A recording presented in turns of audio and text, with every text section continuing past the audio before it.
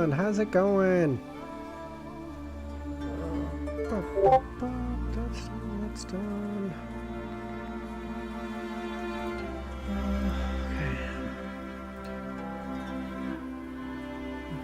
Okay. Username, how's it going, man? How you doing? Justin, Thunder, I don't know if you guys are still here. DSV, how's it going? Devil, Justin, you are here. How's everyone doing this fine morning or afternoon for most of you guys? Thunder, how's it going, man? Captain Panda, how's it going? I'm going to chat for a while, but I am here. Good to have you here, buddy. No worries. Okay, let's just get thorium kicking up.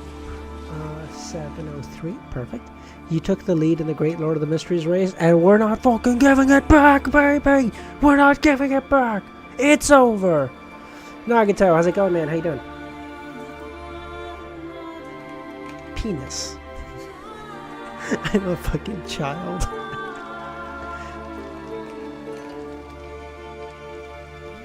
Alright. I don't know if you said hi because I like to skipping the lads. I did, Devil. How's it going, man? How you doing? So hype, bro. You almost there. Oh, shit. Good stuff. I always use that. It's so good, right? It's like a decent enough... Gilgamesh, how's it going, man? How you doing? It's like a decent enough word where like P, N, S, very common letters, E and I, 2 vowels, pretty good, and it's funny. So it's like, penis is like the best starting word in Wordle. Not objectively, but like subjectively. Okay, so M-O-R-I, moral?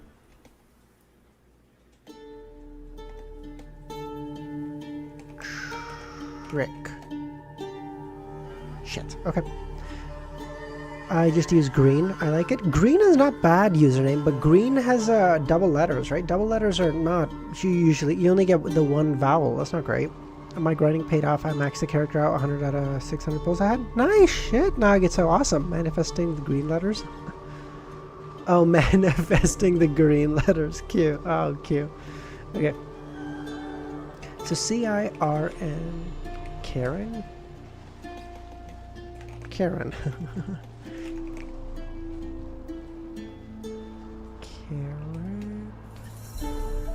Shit, okay. So C-I-R-I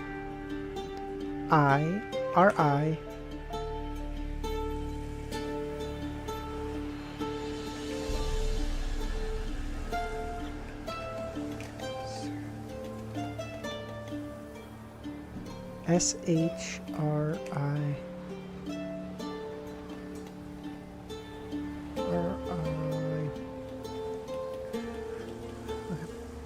What would it be? Just believe and monster luck. Nice. Fair. Okay. So C-O or C-O-R-I-N.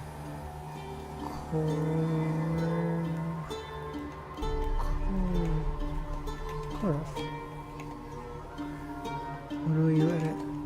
Oh yes, username. We will okay, if you guys are up for it after reading, we'll check out the manhwa. We haven't done that in a while. Are none of these words? C-U-R-E curry? That's not how you spell curry, but cured. Okay. Shit. Okay. C-U-R-I. Okay.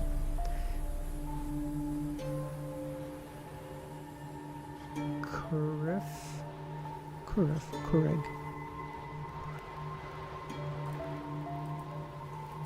Kurib. It's not a word. Kureg. Is this a word?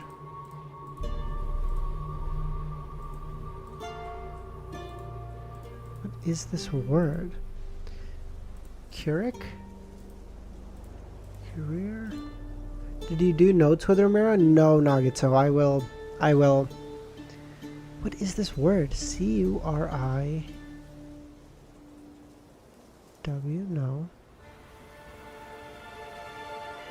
Y? That's not a word. Curio. That's not a word. I mean, at this point, it's just... Yes! Okay. What is curio?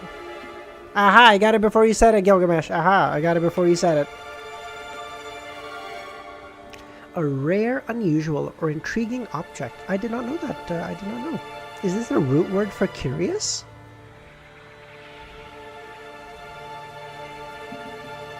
Maybe.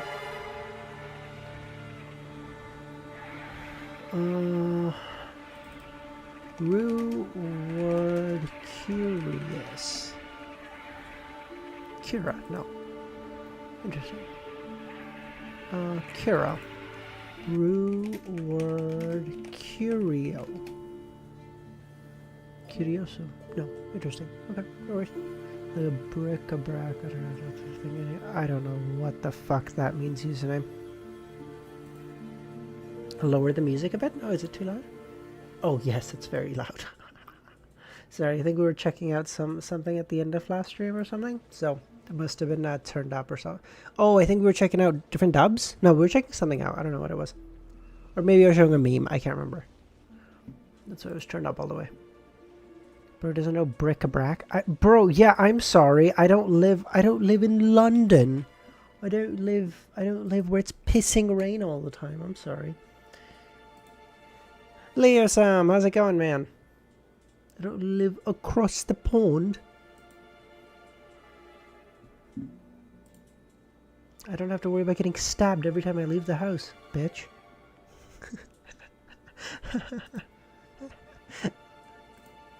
Okay. Final destination.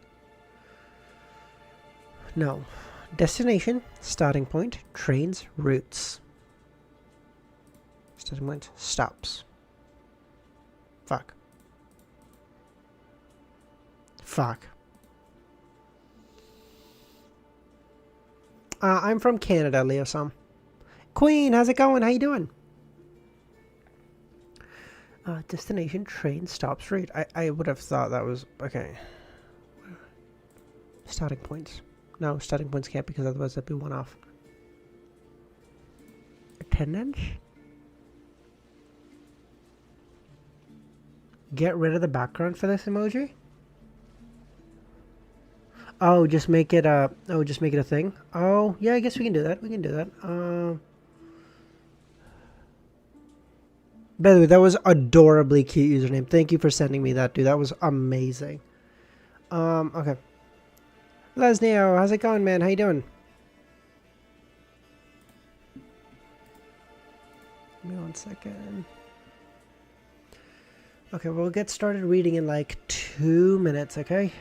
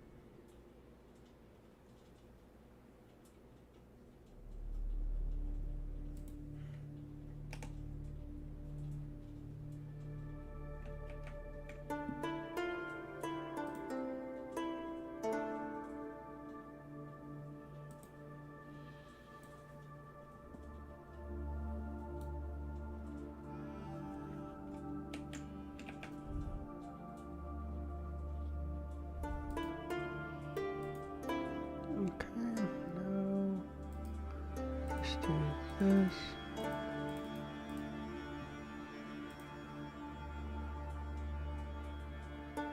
Nice. Okay. Now let's try these two.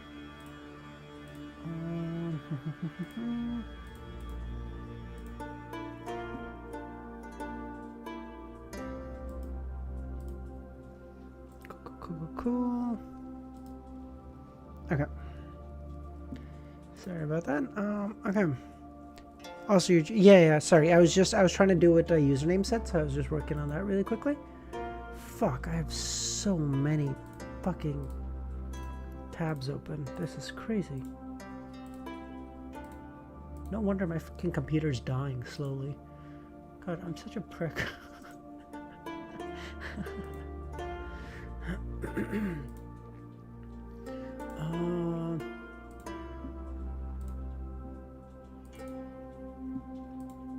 Okay,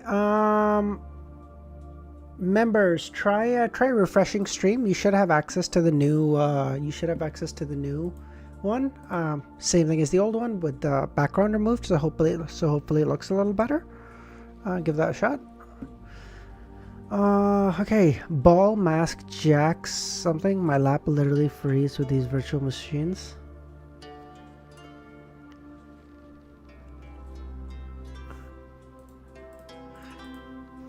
Masks, gloves, jackets, checks. Fuck's sakes. Wait. It looks the same. What? Why does it look the same? I removed the background. What the fuck? Look at this. I removed it. I'm not kidding.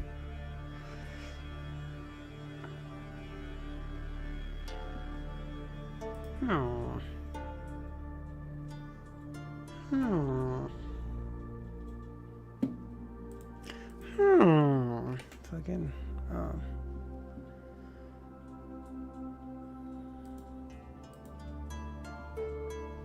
Okay. Okay.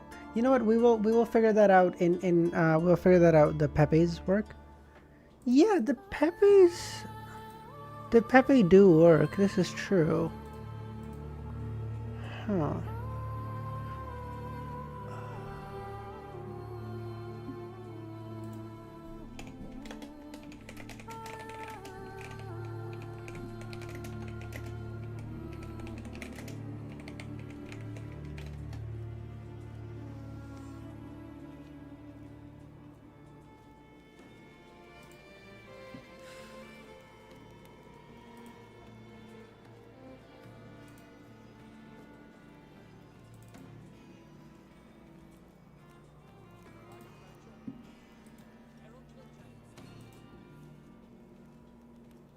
Okay, I will. You know what? I will figure that out. You got that Pepe privilege, actually. Do you have the Bernie ones? Like Bernie Sanders? Is that like the Bernie meme?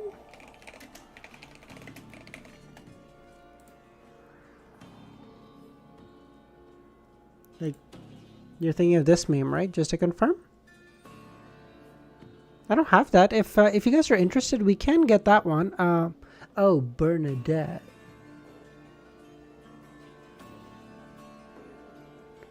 Are there Bernadette emojis? I don't know. Pepe is based, exactly.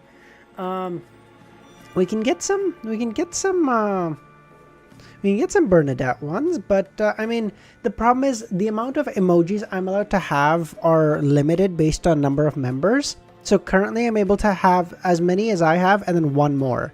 So I can either remove one of the ones we have and then put that in, or add one Bernadette one. I don't know. What chapter do you think you will be when the Donghua comes out? 10 days. Let's assume I'm streaming 8 of those days. I'll be close to 800. No, I won't quite be there, but I'll be close to 800. I think maybe 770 or something. I don't know. Volume 4 for, oh yeah, Volume 4 for sure, yeah. Volume 3 will probably finish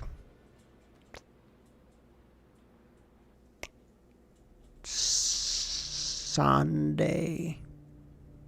That might be optimistic, but Sunday. Maybe, if not Monday for sure. Okay.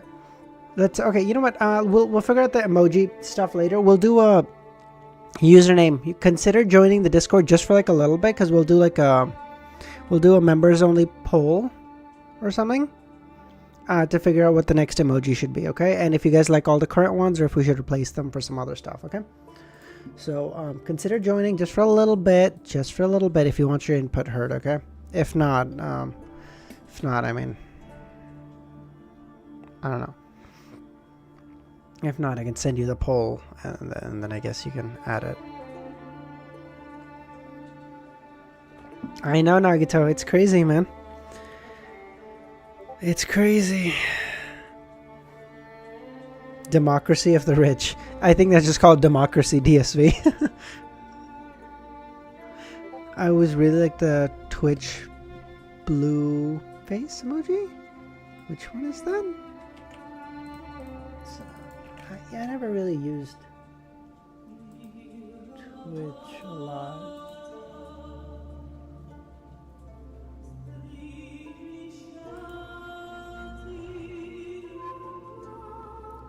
Is it this one? I mean, this one is cool. I actually like this one too.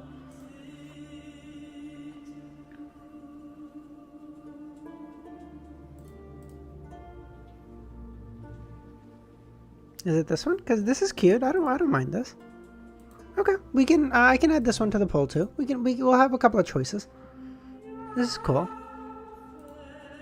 We can every time Gearman does some fucked up shit, we just spam this. This is great. Yeah.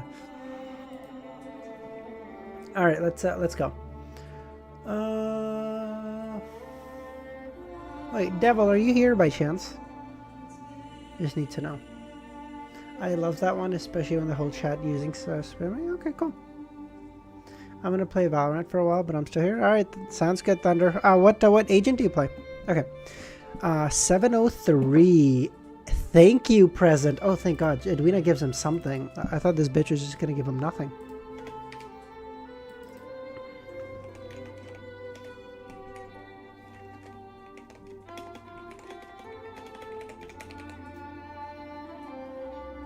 Okay, yeah, I don't think Devil's here. DSV, are you okay if I, Pushcar, how's it going, man? DSV, are you okay if I make you mod for the time being until, I don't know, Ramiro or someone shows up? Okay. Seeing Edwina's gaze turn warm, Anderson curled the side of his lips and shook with a sigh. You're so inflexible. That's why you aren't able to become an artist your entire life. After sighing again, he looked at the corpse on the chair. We can't keep watching. We have to do something. Doesn't Cyatus wish to find her race? Let's bury her near the elven ruin in Sonya Island. Mobet looks like she wants to be with Cyatus. We should bury them in the same tomb. Doesn't Frunzir want to return to Backlund? Burn his remains to ashes, store the ashes in a box, and bring them to the city when possible. One mod should be plenty right now, Nagito. I chose this as the new art at the. I was gonna say but really I didn't take a poll. I just really like this one. I saw this one at the end of stream yesterday, and I thought that was really cool. So I want this one. I would say but there was no poll, so no democracy here. Although most people in chat agreed that one was pretty cool. So, doesn't Frunzir bring the city, bring the art to this, bring the box to the city when possible? If time permits it, then someone can look for his descendants. As for Snowman, it's not known if he believes in the ancient sun or the original creator. Who knows if the two are the same? To us, it's the same. There's definitely no way to find the corresponding cathedrals or altars. Therefore, it's the only thing we can do to bury him beside Groselle. Groselle. He wishes to return to the Giant King's court, but that's a city in myths and legends. There's no way to find it in the real world. However, there are giant ruins in the northern and southern continent. We can bury him there and allow him to have a proper burial. Hearing the true creator ravings, yeah. Giant King's Court, Backlund. Klein deliberated for a few seconds. Leave the ashes of Groselle, Snowman, and Frunzir with me. He believed that in the time to come, the city of Silver would manage to reach the Giant King's Court. When that happens, he would hand Groselle and Snowman's ashes to the Little Sun and allow them to be buried in the city of Silver. In the Giant King's Court.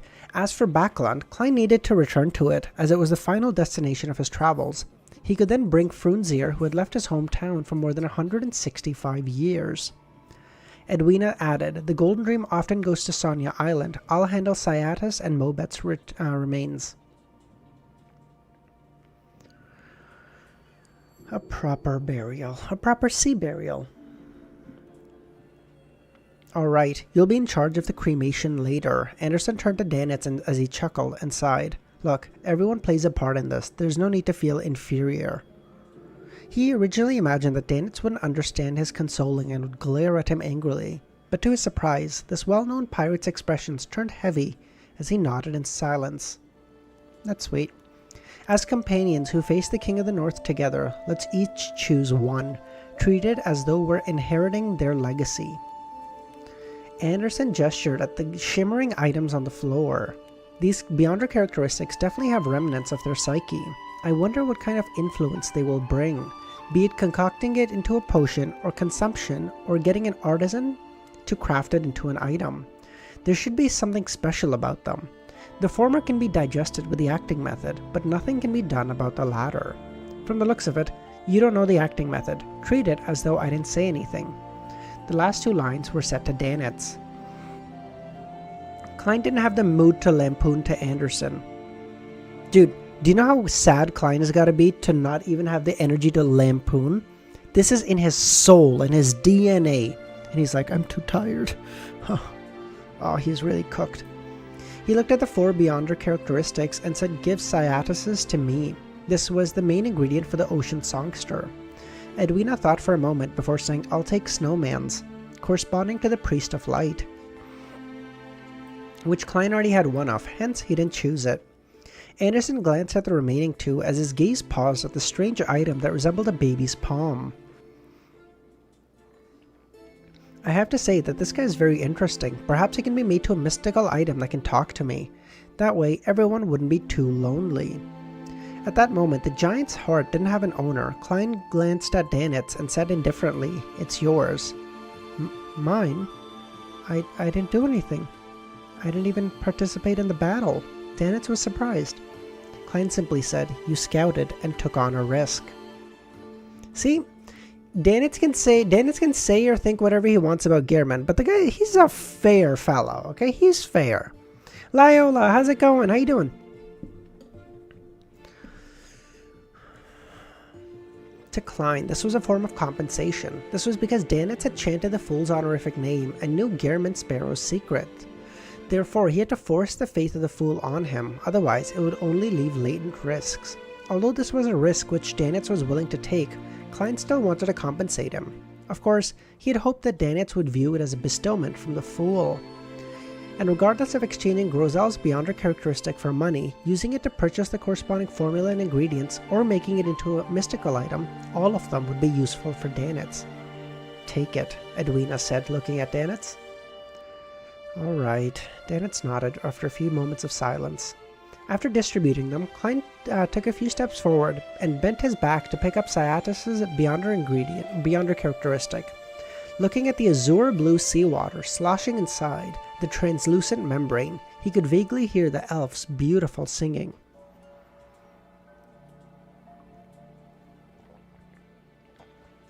That's so sweet. Just as he stood up, he saw Danitz nodding as though he was responding to a question, but no one had spoken. Klein's gaze swept past Edwina's expressionless face and suspected this mysticism magister was communicating with Danitz in a way others couldn't hear. Seeing Danitz give an affirmative answer, Edwina reached out and picked up Groselle's travels from the book and closed it and handed it to Klein. This is a token of gratitude. Without me, all of you would have defeated the Frost Dragon. Klein didn't reach out his hand as he looked at the book comprised of the yellowish-brown goatskin. No, we definitely would have died. We had no way to defend against the King of the North's final frenzy. Besides, you were taking a huge risk entering the book. My only request is that you will tell me the answers if you figure out its principles and origins. Klein was also curious about the secrets hidden in this book. He couldn't reject the offer. Okay. At this moment, the importance of the Giant King's court became more obvious. He even thought of buying the black iron key belonging to the giants worth 5,000 pounds while he was at it, but he didn't immediately make the request, to prevent Edwina from thinking he was trying to fleece her. He prepared to wait a few more moments, or perhaps tomorrow. Before borrowing the key from the Vice Admiral, he would head above the grey fog to divine its worth before offering to purchase. Free mini shield? Yeah, it's like, It's like a shield that's like this big, but like, hey, you hold it above your face. Your face is invulnerable from the front, you know? Or like you do one of those World War II veteran things where you like put the book inside your coat over your heart. So if someone tries to like shoot your heart or whatever, you just tank it. You're like, dumb bitch. Didn't do a thing. He prepared to wait a few more hours, or perhaps tomorrow. No, I already read this. Seeing Anderson and Danitz pick up their beyonder characteristics, Edwina glanced at the darkening sky and said, "Where are you heading next?" "Bayam," Klein responded. "You can head there on the Golden Dream. We have plenty of room." Klein nodded indiscernibly as he agreed. Who wouldn't want a free ride? After dealing with the remains and cleaning up the captain's cabin, Edwina walked to the door and opened it. There were gasps of pleasant surprise in the corridor. "All right, it's fine now." Edwina looked around as a smile formed from her cold expression. The crew cheered even louder. "It's more exaggerated than I thought," Anderson said. After everything came to an end, Klein and Anderson left the captain's cabin under Danitz's lead and headed for other rooms. Half turning his body to look where Anderson half turning his body to look where they were, Anderson suddenly sighed. "Is that it? Although we didn't get to know each other for more than half an hour, the people who fought by your side leave a deep impression on you.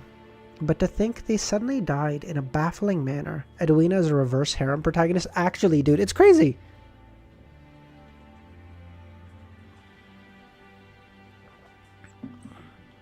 All these pirates, despite the fact that most of them are dumb as bricks, are fuck. What's the term for someone who's like attracted to intelligence? Fuck, there's a term for this.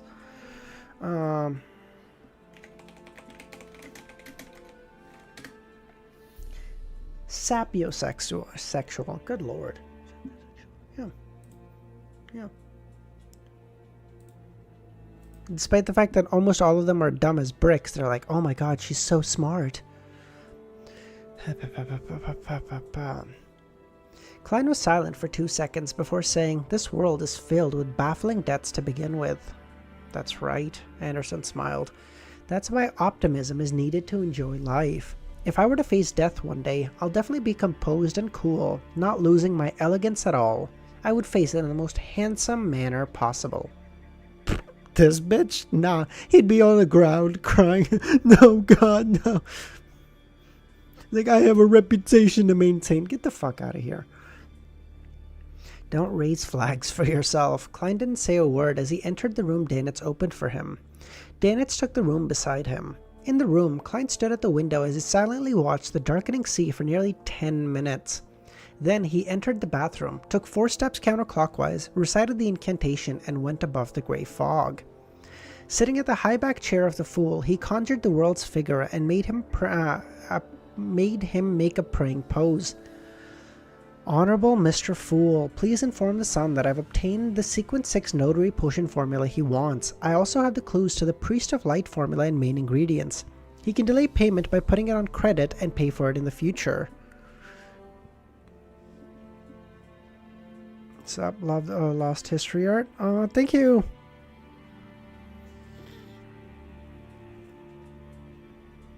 Klein was doing this to prepare for his advancement to Sequence 4. The City of Silver had rich resources, so it was possible that particular main ingredients or difficult supplementary ingredients that were hard to come by would exist over there. Therefore, he was in no rush to get anything. He planned on letting the little son owe him.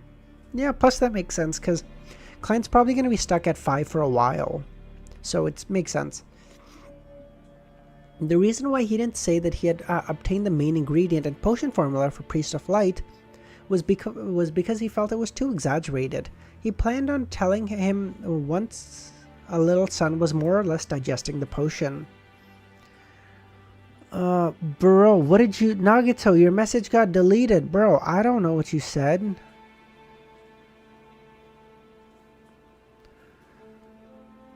After checking the conjured scene twice, he transmitted it into the star representing the sun. Why didn't he send anything to the Hanged Man? Afternoon Town. Having just finished patrolling the periphery of the newly established camp, Derek's vision suddenly blurred and he saw an endless gray fog and an indistinct praying figure inside a red glow. Immediately following that, he heard the world's voice saying that he had learned the notary potion formula. Mr. Wold's efficiency is incredible. It's the exact number of days he promised, and he even got clues to the Priest of Light potion formula and main ingredients. Derek felt joy after a moment of alarm. He couldn't help but admire the world. Wishing that he would possess similar strengths and styles in the future. Above the grey fog, the busy world made another prayer after Mr. Fool confirmed there weren't any problems with the Ocean Songster potion formula. Since you still have 30 chapters including the ending, which is the best volume, I'm not gonna lie, I liked 3 the best, dude. 3 was awesome. The Gearman persona is right up my alley. This, like, I think 3 is my favorite so far. Honorable Mr. Fool, please inform the Hanged Man that I've obtained the Ocean Songster potion formula and the corresponding main ingredient. I'll give it to him next tarot gathering. Please get him to consider what he would like to provide in exchange. 704.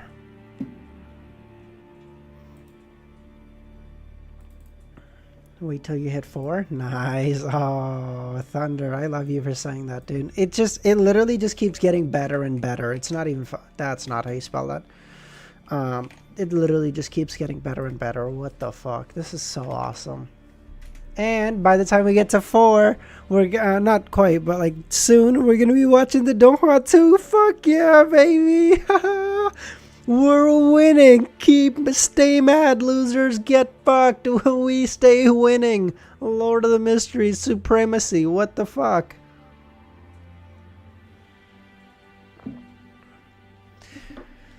On the undulating sea, inside an ancient and dark sailboat, Alger Wilson stood in front of a window, considering the report he had to produce when he arrived at Pasu Island. It was at that moment he saw the endless grey fog and a figure lording over him appear. Lesnio, yes, I'm gonna be watching the episodes live. I gotta figure it out. I don't know if I feel comfortable posting them as videos though. Just because I have a feeling like copyright's gonna be a really big concern, and I really don't want to do that. So I might watch it live. If you guys are up for it, what we might do is we might just watch it on the Discord together so that we can actually watch it together without having to worry about like, oh, fuck, like what kind of filter am I putting on top? Like all this bullshit, right? I can just whatever. So I'm thinking maybe we just watch it on the Discord and like watch through and like a watch party or whatever, and then I can put like a and then I can put out a video that doesn't have the video and then I can put out a video that doesn't have the actual episode on it so that we can just talk about it. Do you know what I mean? I feel like that's better. I'm too chicken shit to be streaming the actual episode on the YouTube channel because I feel like my entire fucking channel is gonna get nuked, and I'm not taking that chance.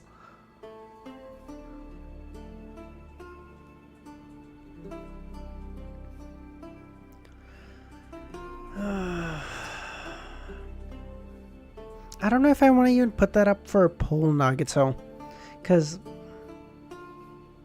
I could stream it on Kick, because Kick don't give a fuck. Twitch is still also very copyright friendly too, so like I don't think that would work. But I mean, Kick I could do, but I mean, I don't know, at that point isn't it just easier for me to do it on the Discord and just have all of you guys pop by for it? I mean, yeah, like I don't earn any money off. Easier to find you there.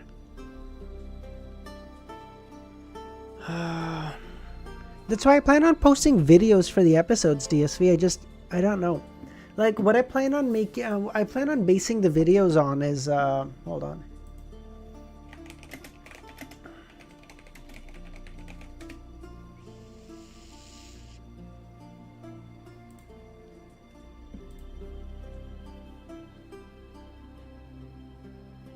Like, I plan on, let me show you guys this.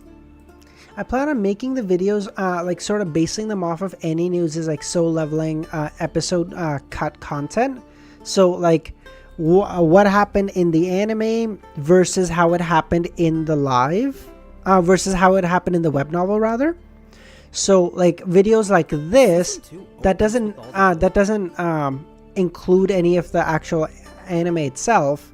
That way, I can do videos on it, but I'm not worried about the fucking channel or the video getting nuked out of existence, right? I feel like this is like really cool. I feel like this is what I would, again, I base my videos on what I would like to watch as a viewer. Obviously, I'm like I always want to hear your guys' ideas and stuff too, but like when I try to make videos, my reaction is like, okay, would I watch this? That's always like my biggest thing. Like, would I watch this? If I wouldn't watch it, I'm not making a video. That's like my biggest, like, I never want to make a video where I'm like, oh, I think this will get a lot of views. I don't give a fuck, dude.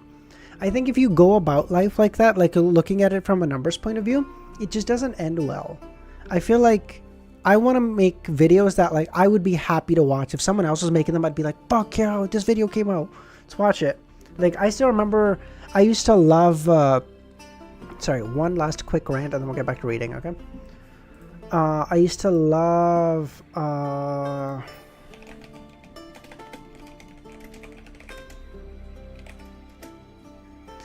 Grand Line Reviews, One Piece 101s. I used to adore these videos, like different different characters, who they were, different like plot lines, different like all this shit. I used to love these videos way back in the day. So like I'd also like to make like a 101 videos for Lord of the Mysteries characters, because I think that'd be really, really cool.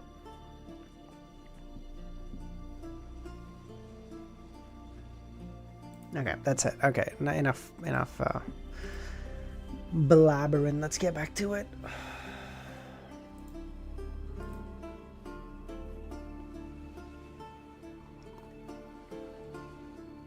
Okay.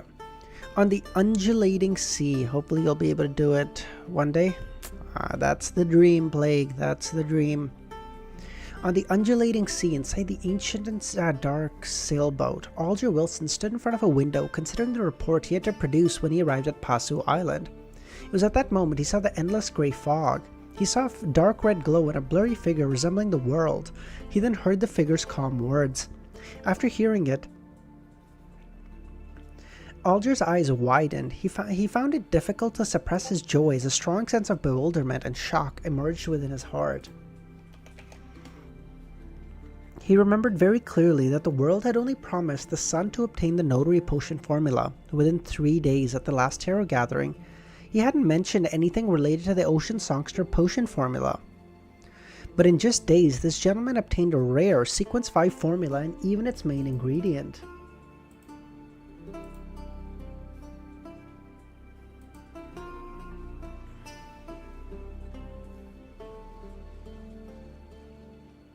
Oh, this is so cute. Oh my god, I just saw a username sent it. This is so cute. We can do this one too. Okay, I need more members to add all these emojis, but goddamn, these are adorable.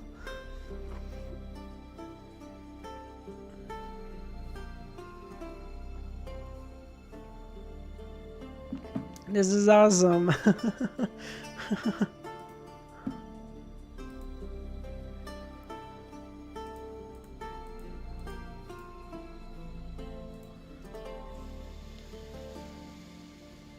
Wait, actually, will you keep reading Lord of the Mysteries while the Donko is airing? Yeah, of course, yeah.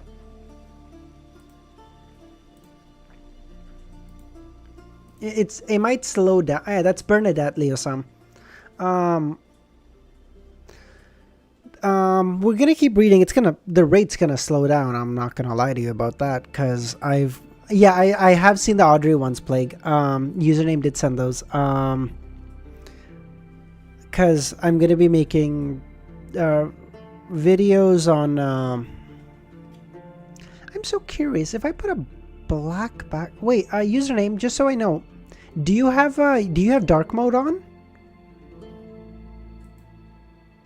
on YouTube? Oh, wait, on that question, does everyone have dark mode on, basically?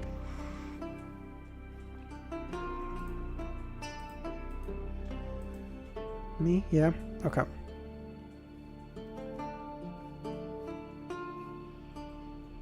Yes. Okay. Yeah. Okay. Because I'm wondering if I put a black background in the back, would that kind of eliminate it?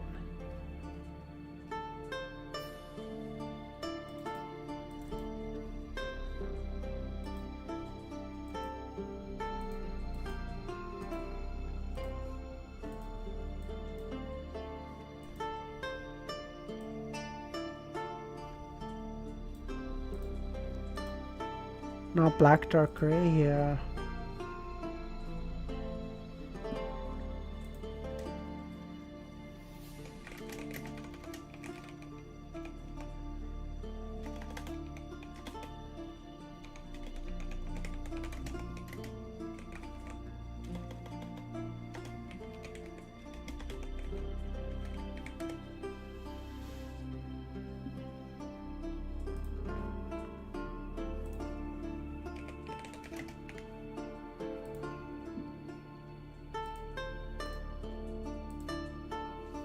Remember the YouTube background isn't really gray. True. Yeah.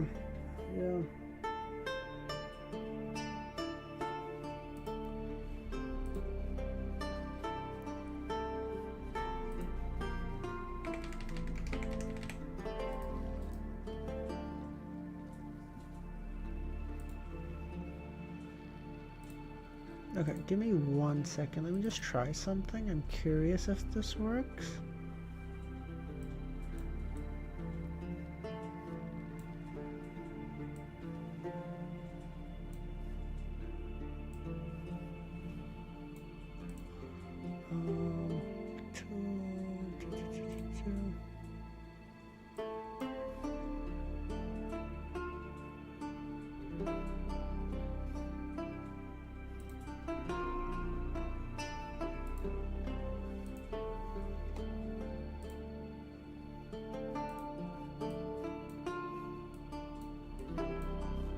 That's so interesting. Okay, no, it's pulling through with a white background, even though there isn't one.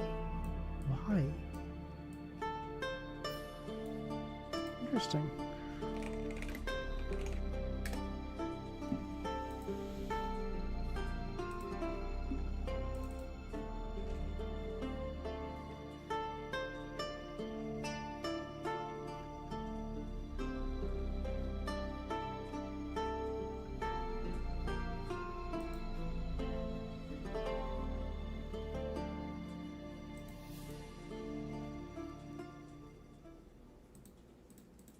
Okay, sorry, literally give me two, or was that?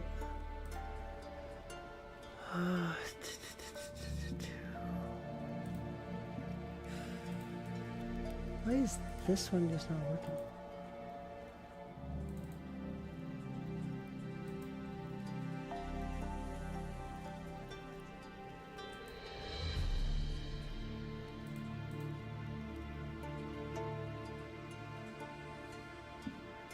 Someone, just one of the members just try refreshing and see if that pops up without the background. If not, I will figure it out after stream. I don't know.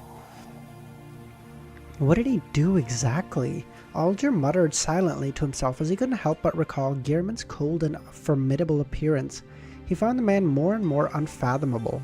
Is this the advantage of being a blessed? Yes, I just received the news yesterday that Gehrman boarded the future last week on Nas. Ah, okay, that did do it. Okay, good.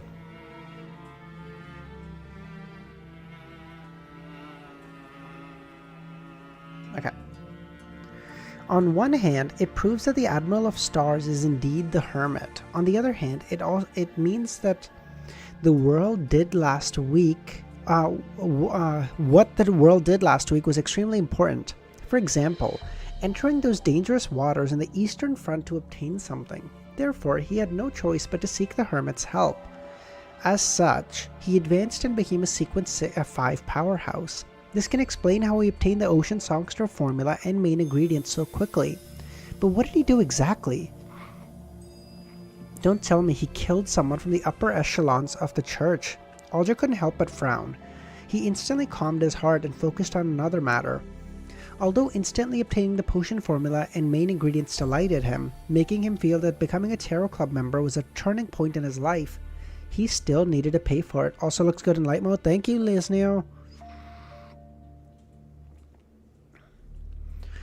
Although what can I give the world? Alger fell in deep thought, depressed to realize he didn't have any item or money of equal value. You broke bitch. He subconsciously paced about the window. Bro, you've been asking for this potion formula for so long, and you don't have anything to pay for it? Above the grey fog, the busy world vanished as Klein cast his eyes on Groselle's travels, which he had brought above the grey fog.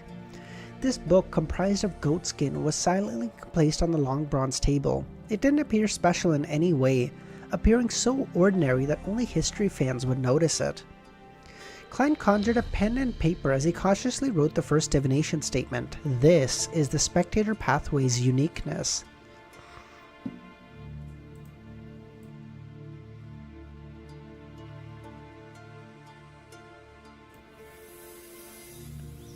He was most worried about this point, as it meant that he couldn't seal this book above the grey fog. It might bring about unexpected accidents, but carrying with it made it possible for him to be sucked into the book at any time. That would also be very problematic. He undid the spirit pendulum on his left wrist, composed himself, and did a divination. When he undid his eyes, the topaz pendant was spinning counterclockwise, a negative result.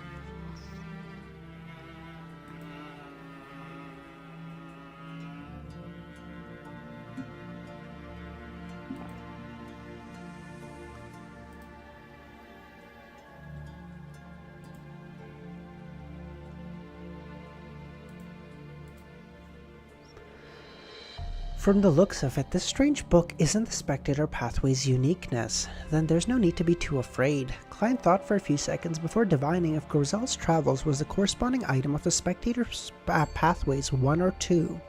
To his surprise, the divination was also a failure. Its origins. He wrote a new divination statement. The reason why Klein dared to do such a divination was because he knew very well that the spectator's pathway's sequence 0 had long perished. There was a high chance that the uniqueness was in the hands of the Twilight Hermit Order. Therefore, the chances of him having to face a real god was negligible. Putting down the pen and holding the paper and book, Klein leaned back into the chair and recited the divination statement, as he entered a dream world with cogitation. The grey, hazy world cracked open as the sky turned extremely dark. It was as though strong winds were stirring the dark clouds. In this dark environment, a sliver of light appeared first along the horizon, as it grew bigger and clearer. It was a floating continent. Isn't this said to be the lost city Livsid or whatever? It was a huge continent that could hold several cities. The continent's periphery was grayish-white in color. Huge boulders revealed their outlines, and above them there were a dozen erect 100-meter-tall stone columns. They stood either independently or propped up magnificent ancient palaces. Dragons of different colors, grayish-white, scarlet-red, yellowish-brown, as well as some of ice, were flying over the continent and the one-of-a-kind city. At times they would land on a stone column to rest as they overlooked the land. At other times, they would open the opulent palace and vanish from Klein's sight. Among them, the smallest one was about the size of the King of the North, Yulisan. The biggest spanned 100 meters. Vagar. The scene quickly zoomed in as a palace with a height of over 200 meters occupied Klein's vision. Its interior had stone columns erected, propping up a dome. The space was so large that it could allow any dragon to move freely within. The camera kept moving forward, and soon, Klein saw a book made of yellowish-brown goatskin. Its cover was blank as it floated in mid-air. Compared to its surroundings, it was amazingly small. Right behind the book, a large shadow appeared. Just as the shadow's silhouette was outlined, Klein felt his thoughts explode. His eyes spewed out with blood as his ears were left with 2 black holes. The mouth and nostrils had white matter stained with blood spewing out of them. The mysterious space above the grey fog trembled as it pacified everything. Klein quickly recovered as he gritted his teeth and rubbed his head. It hurt! Oh, it freaking hurt! It's in no way inferior to EBS. I didn't even discern his looks or gain any knowledge. Was he the dragon of imagination Onkvold? Audrey's villa used the same description.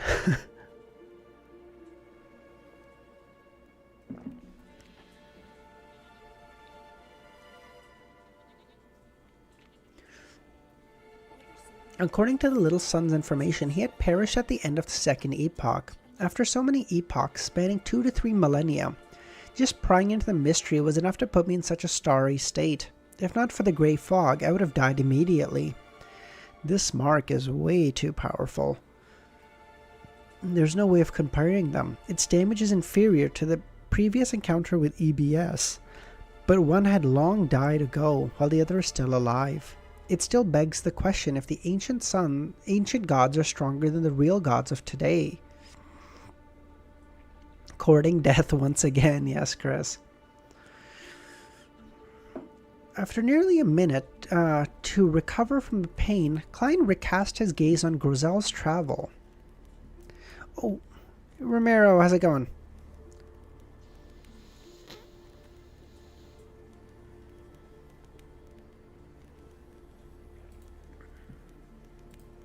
Okay.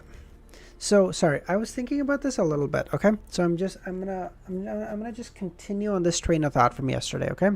So these were the 8 ancient gods.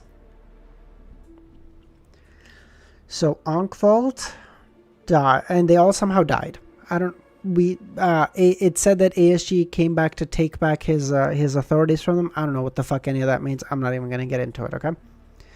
Onkvold died. Adam came. Lilith died. But they can still hear from her, which is interesting. So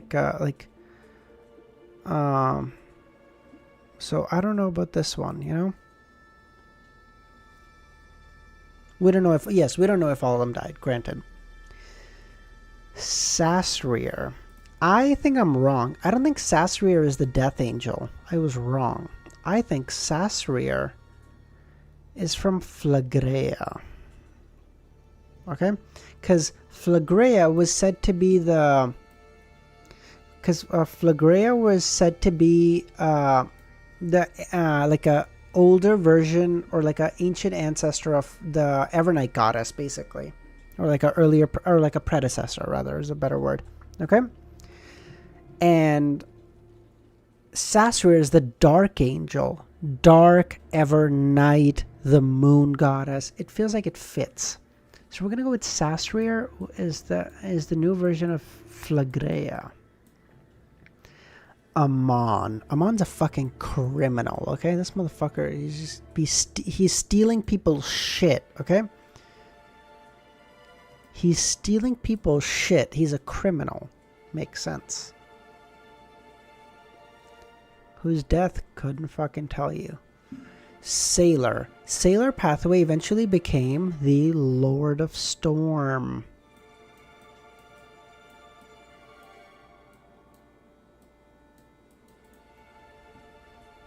Amon Steel Catalytic Converter. Yes. Yes, DSV, my go. DSV, yes. He's a...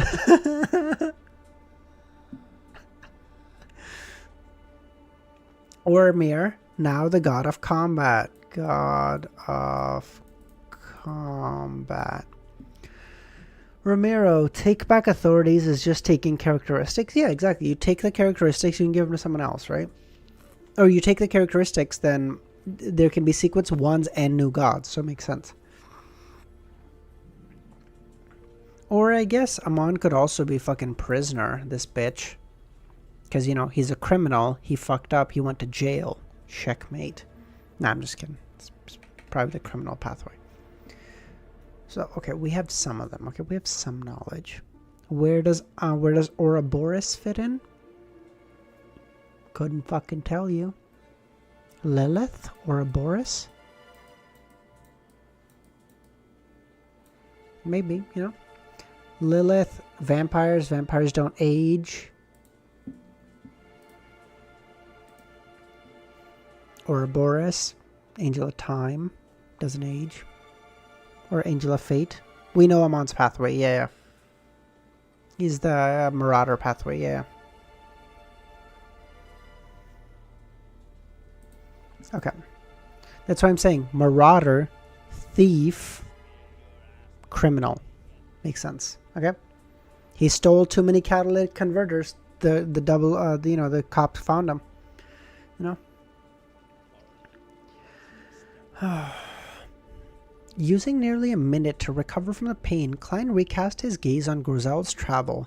He tapped the model table's edge and silently muttered, "This book's author is the Dragon of Imagination, Onkvald. A book written by an ancient god. What is his goal? When this book was formed, the Dragon of Imagination likely hadn't encountered the ancient sun god and was fine. After all, it would take some time to go from the City of Miracles, Livsit, to the Giant King's Court, and before Groselle was swallowed by the book, the Giant King's Court was clearly still in existence. Just a prank? A toy used to kill his boredom? Or could it be that the Dragon of Imagination had foreseen some of the future? He specifically created this book to leave behind a chance for himself or the dragons to resurrect. However, he underestimated the ancient sun god's might, and he completely perished. It made the book unusable for millennia. All it could do was naturally absorb the characters it played into a play.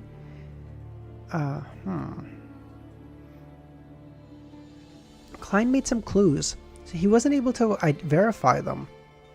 After some consideration, he thought of people finding a chance to enter the book in search of clues. In the future, I can enter as a spirit body above the grey fog. Once I encounter any trouble, I'll immediately return. Yes, I'll make the attempt after I'm no longer with Edwina and Anderson. I have to be curious and cautious. Klein nodded as he divined if leaving Groselle's travel above the grey fog would be undesirable change to the mysterious space, but he was met with failure again. As for the reason, he knew why. This was a place that transcended the spirit world. Divining about matters involving this area naturally failed if attempts were made to obtain revelations from the spirit world. After deciding to frequently come above the grey fog to take a look to prevent any accidents, Klein threw Groselle's travels into the junk pile. He then waved his hand, summoning a golden wine cup that had partially flattened. This cup had complicated patterns engraved on it with the elvish phrases Calamity and Kohanem. Apart from that, there wasn't anything special. Romero, Nagito? Romero, not much happened, dude. They basically just split up the characteristics, and Klein made the world send the messages to the sun and to the world to say that they have, that he has the characteristics and potion formulas they've been looking for, and that's about it. Why do you think the book is so weird? I feel like the book has like a sequence 3 or 4 of the dragon pathway.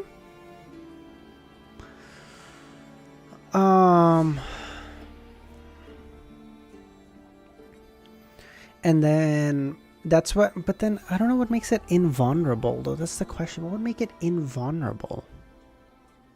The dragon pathway sequence 3 or 4 would make it that, I mean, maybe it was just hit by something that, no, because he hit it with the Sea God Scepter, which is sequence 3, so it should have shook it. It should have done something, but it just tanked it. So no, it has to be something greater. Maybe Onkvald just left a portion of himself in there. I don't know. It's interesting.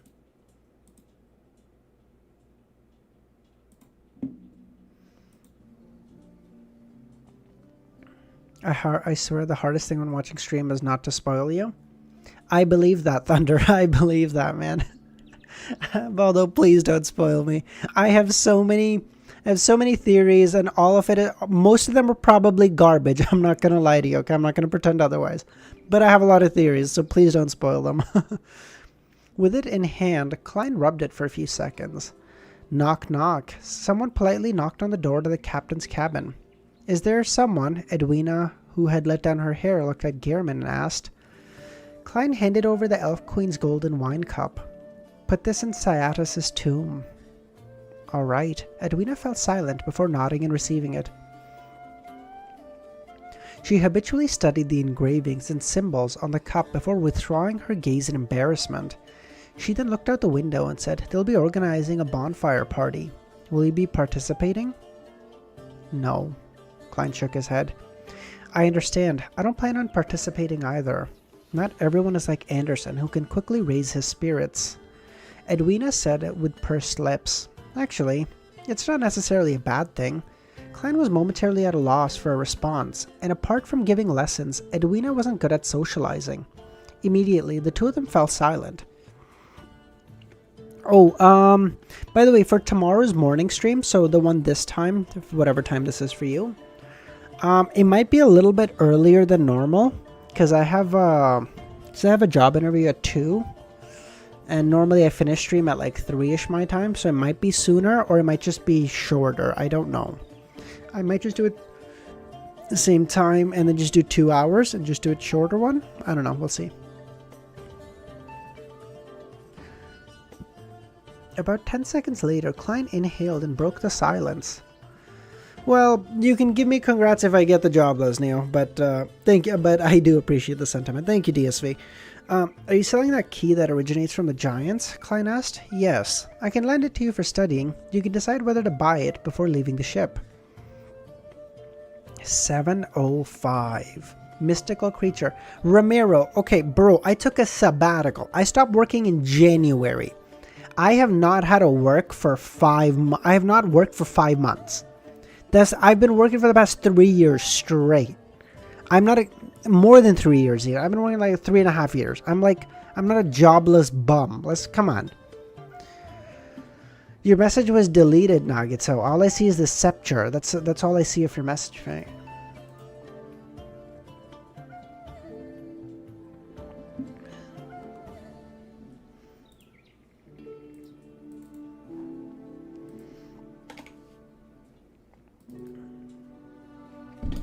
Mythical.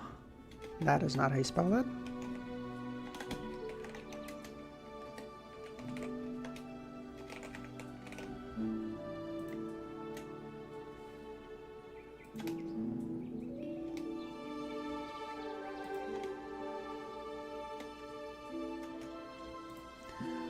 Okay. Jobless reincarnation. Shut the fuck up, username. This will help you make a theory a lot? Okay, that's good. You don't even need me to mention it. Remember, it was made from a fucked up Sequence 3 character? But yeah, but it wasn't fucked up, though. I mean, Calvatua was... I don't know what that means. Calvatua was... I mean, Calvatua was a snake, but... I don't know. I mean, your message got deleted, so I'm going to just not think too deeply on it. You don't even need me to mention it. I was a little embarrassed to raise the subject. Klein heaved a sigh of relief. After considering Gehrman's persona, he said, I do not take advantage of others. Read my comment on your previous video?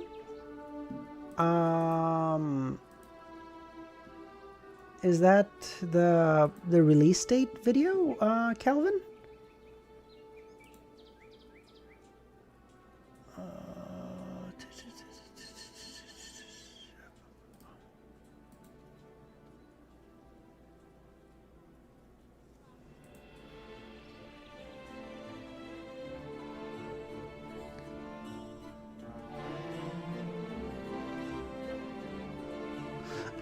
Oh, I see. Oh, yeah. Okay, I did. Okay, I read that one before I started stream. Yeah, I will. I do have notes in my I do have history notes in my Lord of the Mysteries notes, Calvin. I just don't I don't have them very organized, so I will do that. Okay.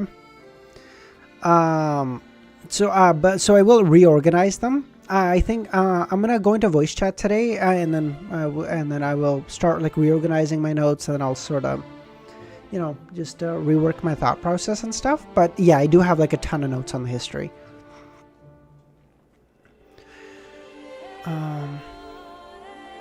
Klein heaved a sigh of relief, and after considering Gehrman's persona, he calmly said, "I do not take advantage of others." Just as he said that, he felt regretful. He was afraid that the Vice Admiral would change her mind. Edwina moved her eyes as she said, "The only condition is that you will tell me the answer to anything you figure out." Klein didn't harp on the issue as he nodded. Okay. After a minute later, he carried an iron black key the size of a heptachord. What the fuck is a heptachord? At that moment, there was a series of fervent singing from the deck. What happened, Romeo? Your eyes are so mesmerizing that it feels like the light of dawn. When night comes and the sun has gone down, I almost start feeling melancholy, fervently awaiting your light.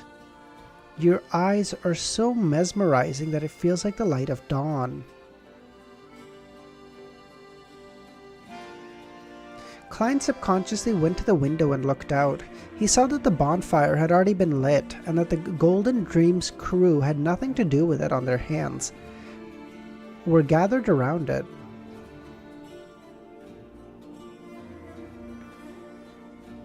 They were either roasting fish or meat as they guzzled beer, otherwise they would be dancing a rather random but lively dance alongside singer Orpheus's singing.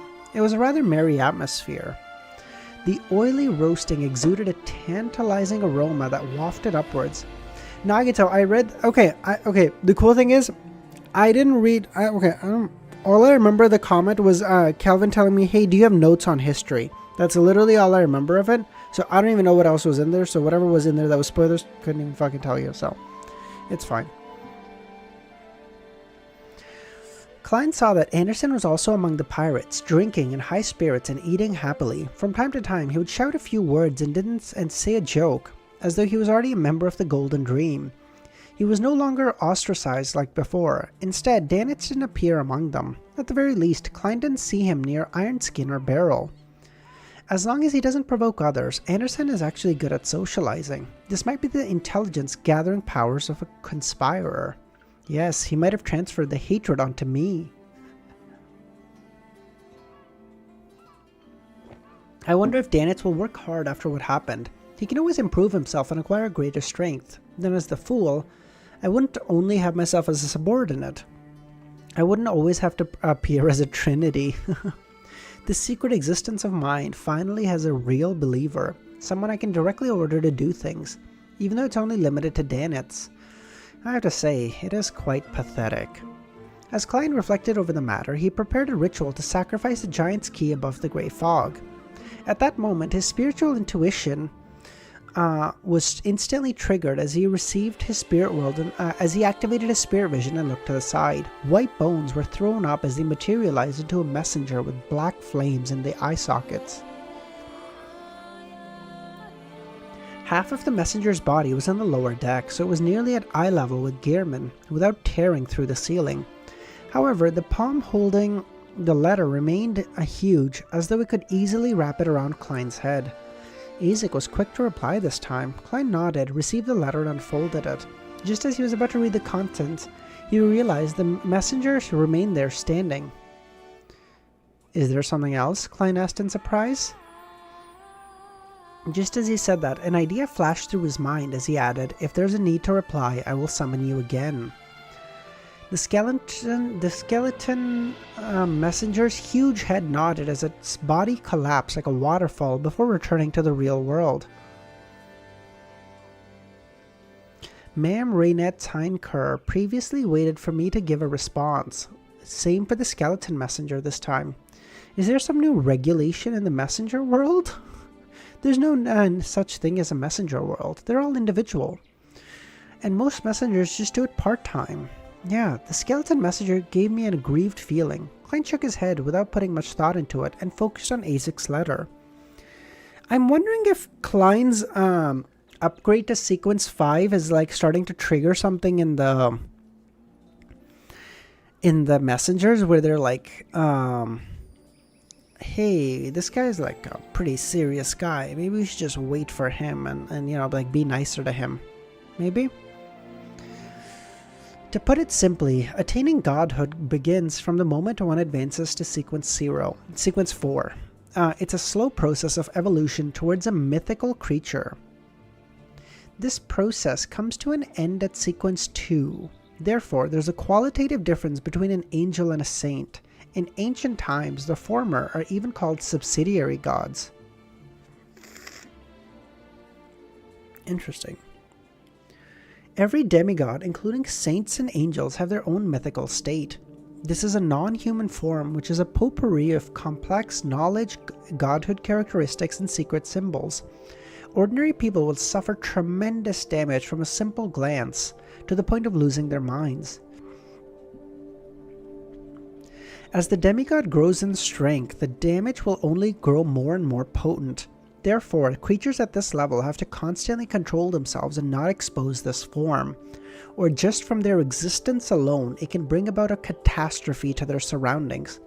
I love how Milos hadn't, I don't even know if Milos just came or if he wasn't here. His first message in chat, my strongest mod is write this shit down. To demigods, one of the main traits of losing control is losing reason. When that happens, they will no longer be able to restrain the mythical creature form. However, a saint's mythical form isn't complete. There are clear characteristics of their original race. Strictly speaking, one is a true mythical creature only after reaching sequence 2.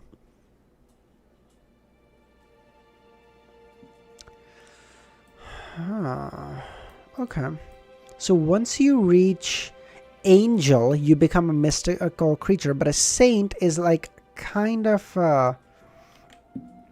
but a saint is like a quasi mythical creature. Like it has enough that like it could fool an average person into thinking it,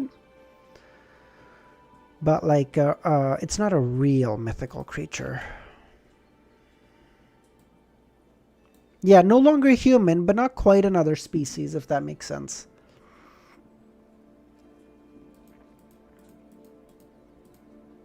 You guys know the whole thing where like a species can't give birth to another species, but at some point it must have to make it make sense, right? Do you know what I mean? Like a chicken's ancestor can never give birth to something that's not of the same species, because you can't have a kid that's of a different species. But at some point in the line, we would have a cutoff where like, okay, this is a chicken and this thing is not a chicken, right? So like a saint is kind of like the saint is like the thing right before the chicken. It's like real close to being a chicken, but we're gonna say you ain't a chicken yet, bro.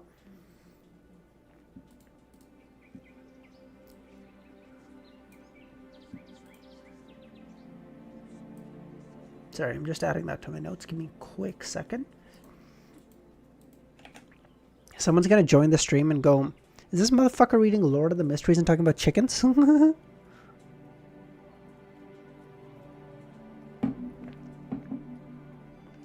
Do not look directly at God. Yeah, Ramiro, I was thinking that. Almost started speaking cultivation here. Chicken Phoenix almost, so it's a hybrid. So what the chicken has been the plot chickens, the chicken plots. The plot doesn't chicken, the chicken plots. Oh no, Milos, you're right.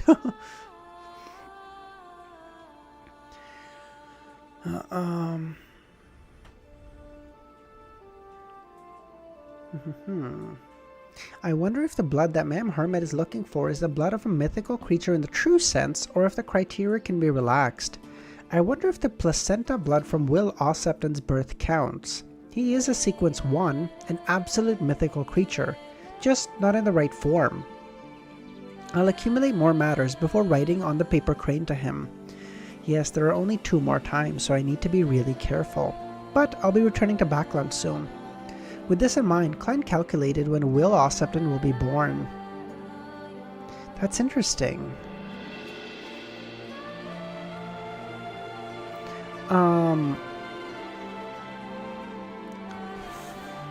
So is Klein gonna return to Backlund in Volume 4 at the start of Volume 4?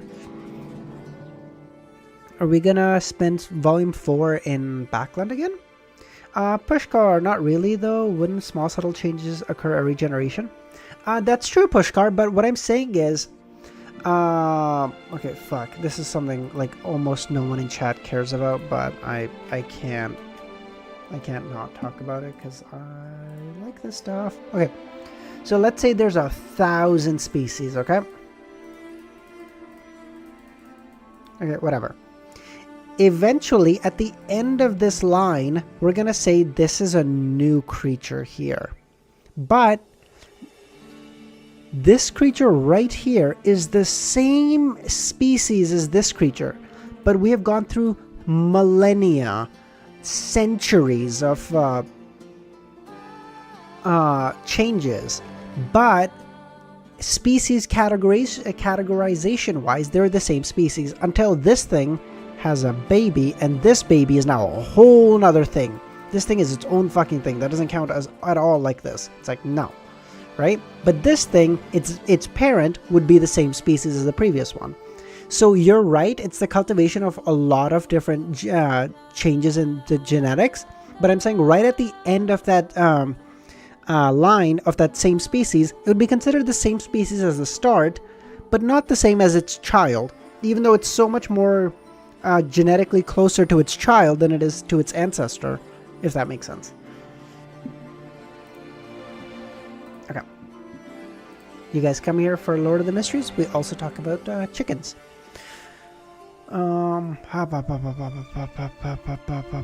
He didn't make an accurate recollection, but based on his impression, Will had been conceived last November, and it was only currently the middle of November. Therefore, he will be born in July, perhaps earlier still. Klein thought with great difficulty. After all, he didn't have a girlfriend or wife in his previous life, much less having a child.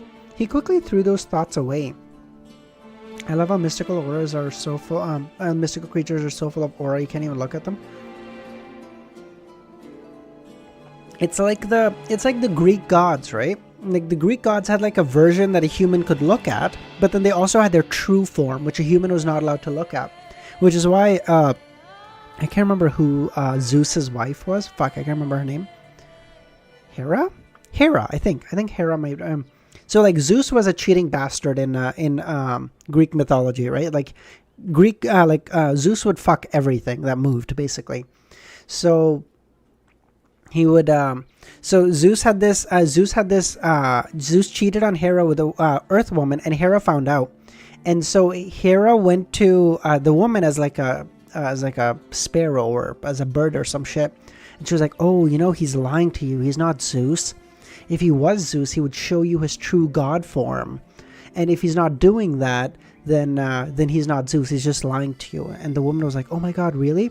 So the next time Zeus came in, she was like, okay, if you're really Zeus, show me your true form. He's like, no, like I can't do that. You'll fucking die. And she's like, no, that's just a lie you're telling me, okay? If you're really Zeus, show me your true form. And Zeus was like, okay. And so he turned into his true form, and she turned into ashes. And that was Hera's revenge, the bitch. I mean, that poor lady didn't do anything.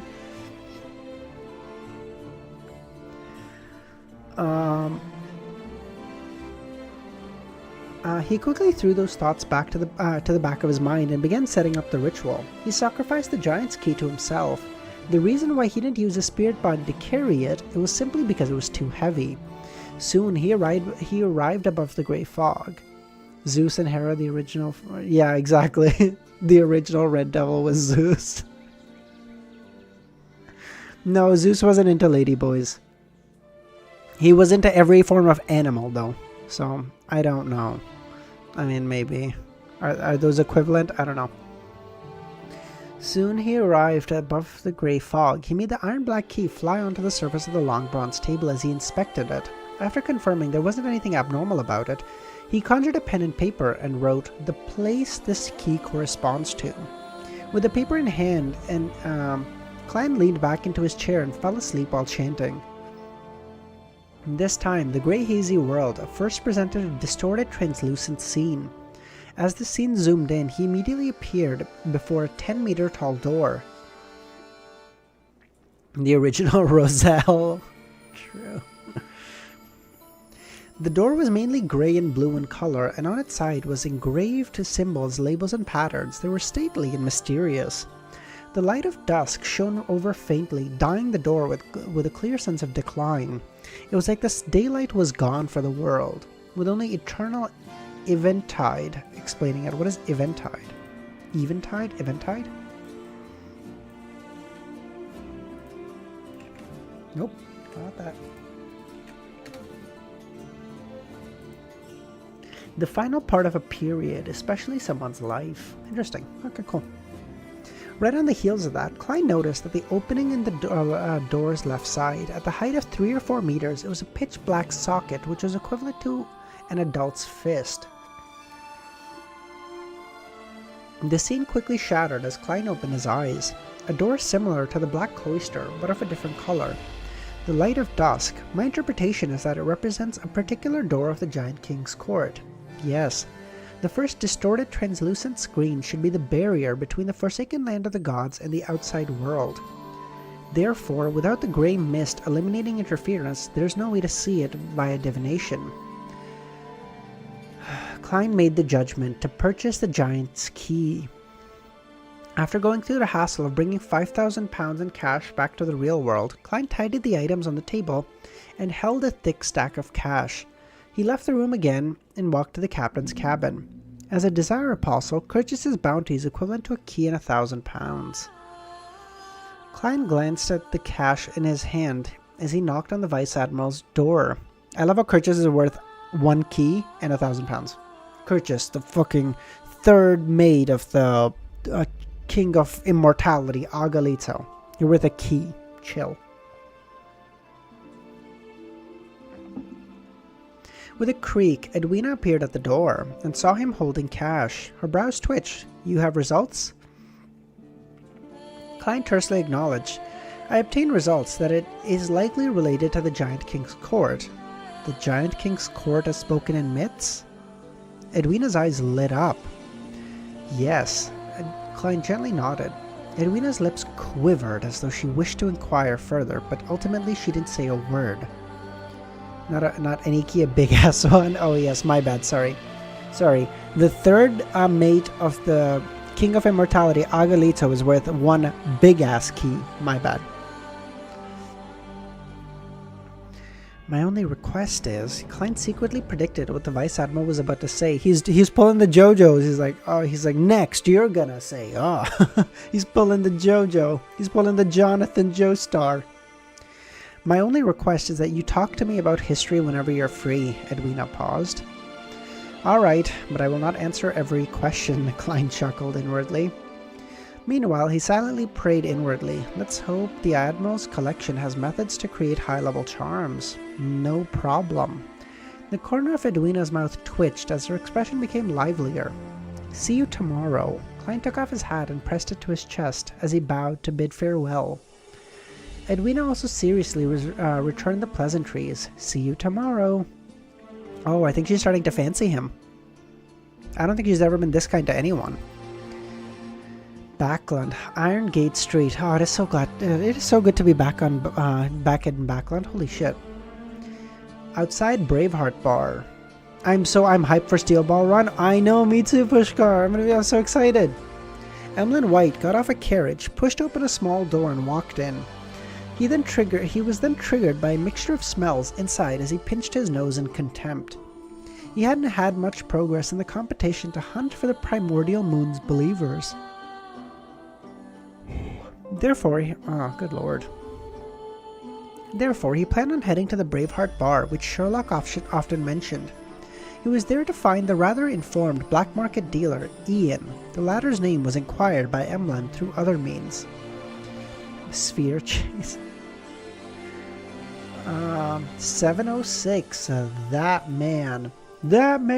It was that man that stole my fucking baguette. The bitch.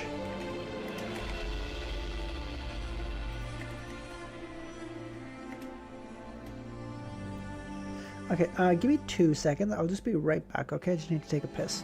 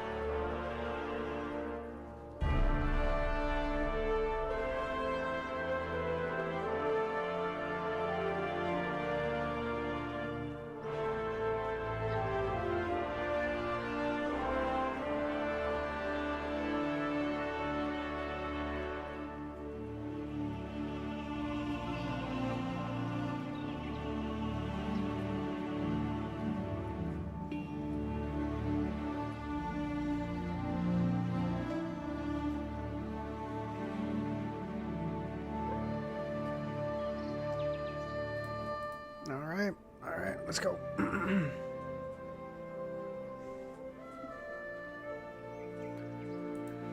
Okay. D4C is going to be a peak, true. Okay. Turning his body to the side, Emlyn avoided a bulldozing drunk while swatting his clothes with a frown. He walked up to the bar. During this process, he didn't seem to be doing anything, but the surrounding customers would always fail to touch him. Be it in terms of speed, agility, or balance, he had reached a rather terrifying level. Finally, Emlyn arrived at the bar counter as he wrapped the edge of the table. Where's Ian? Oh, yes, thank you, man. Oh, I'm just chatting, that's why.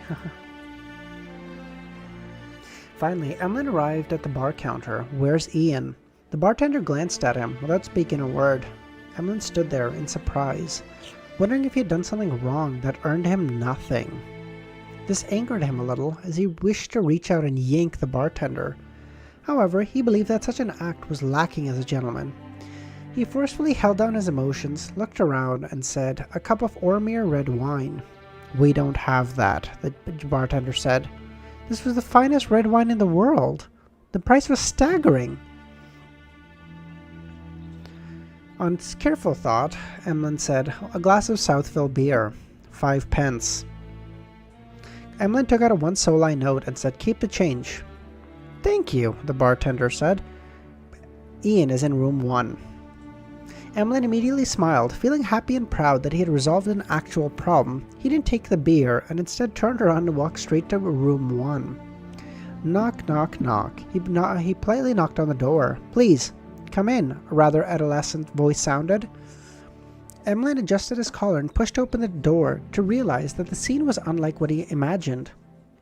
He believed that since it was a card room, there'd be a bunch of people surrounding a long table playing cards like Texas, but to his surprise there were only 8 people, and they weren't playing any poker.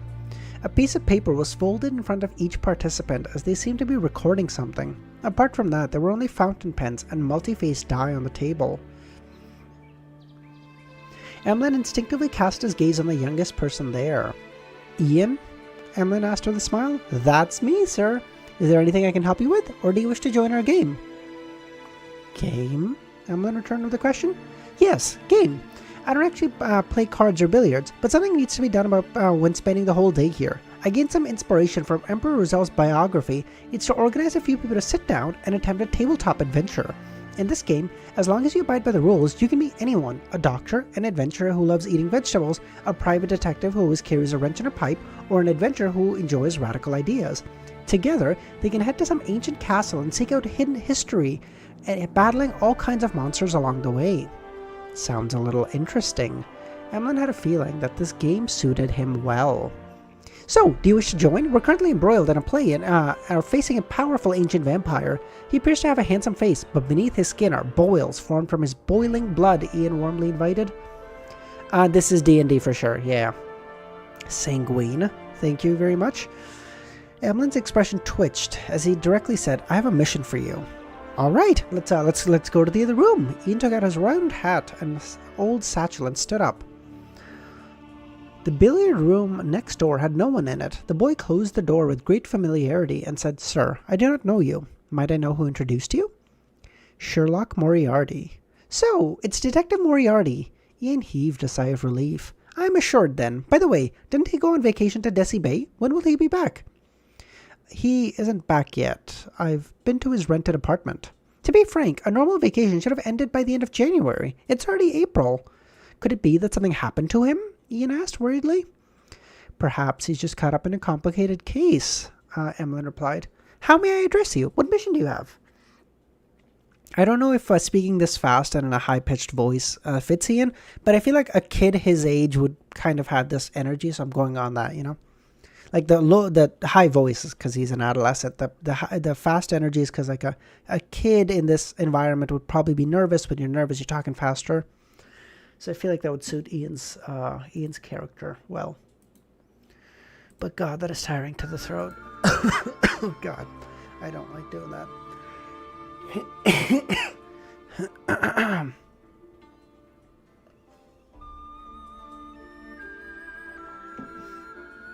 I feel like Ian sounds like a really upbeat kid, you know? Sounds like a really upbeat, like really excited to be here. He's like, no, like I really want to prove myself, kid. So that's why I'm giving him that voice. You can call me Mr. White. Emlyn took out a piece of paper that resembled a bounty notice. Help me find these 5 people. Ian received it and carefully flipped through it for a while. £20 for an effective clue, $150 for an exact location. Is that acceptable? No problem. Emlyn felt the price was just too cheap. Compared to this, the prices seen at the Tarot Club were way more exaggerated. Mr. Emlyn, how do I contact you if I have any clues? South of the bridge, Harvest Church. Ian gave him an odd look. You're a believer of the Earth Mother? That's rare in Backlund. I'm not. I'm only doing volunteer work. Without waiting for Ian to speak, he asked, how did you inherit those red eyes? This was something he wished to ask when he first saw Ian, because red eyes were a trademark of Sanguine in ancient times. However, there was a long period of time when humans and Sanguine interbred in the 4th epoch. They were all residents of an empire. Hence, with the widespread fellowship, many descendants were produced. There was an increasing number of red-eyed, mixed bloods as they passed down their genes, becoming an uncommon eye color for humans. To simply put, every red-eyed human had a Sanguine ancestor. Ian replied in surprise, my father. I have no idea how much further up the family tree, as I was a vagabond. From the looks of it, he isn't connected to the Sanguine. Emlyn handed over a £20 deposit, feeling somewhat disappointed, before leaving the billiard room. Fellowship of the Ring. Shido, how's it going, man? How you doing? After he left, Ian didn't immediately return to the card room, and instead closed the door. The detective hasn't returned to Backlund. I'm worried about him. A figure suddenly appeared in the billiard room. She had a pale face with exquisite features while wearing a black bonnet. Dressed in a black gothic regal dress, none other than old Nell.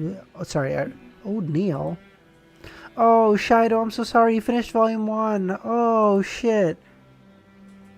No, Shido, no, get out of here. No, you can't be here, Shido. You're gonna get yourself into trouble. You can't be hearing all this, man. Old Nell, I'm so sorry. Yeah, old Nell was rough, eh? How you doing? How are you keeping up with it? That old Nell death was rough as shit, dude. Oh, I took that hard as fuck.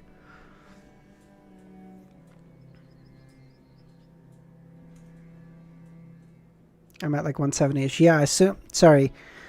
Yeah, I misread that for a second. I was about to say something I shouldn't. I caught myself really close. Yeah, okay. Yeah, you're close. You're close to finishing volume 1, dude. Yeah, I'm sorry. Yeah, old Nell's death was rough. I know. I thought he said something else. I thought he said something else altogether. I caught myself. Bro, that was so, yeah, I know. You just walk in, you think a client walks into the office, he thought everything's fine. They're like, "Oh yeah, just old Nell's sick." And client's like, "Sick? Oh? We have to go to his house." Fucking nowhere. No one expected it. It's crazy. Then won't be home for a couple days. All right, shit. Now I get time. All right, I'll see you later, buddy. It was none other than Wraith Sharon. He's doing fine, Sharon replied without any perturbation in her tone. You've always said the same thing. Don't tell me you've always been in contact with the detective, Ian mumbled.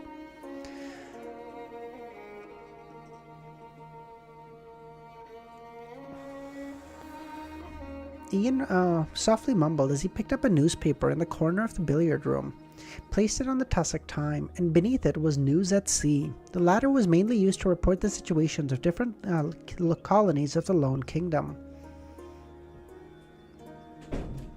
You experienced how easy... Dude, actually, I was about to say something, and I was like, let me just read that again. And I was old Nell, and I was like, okay, don't say that.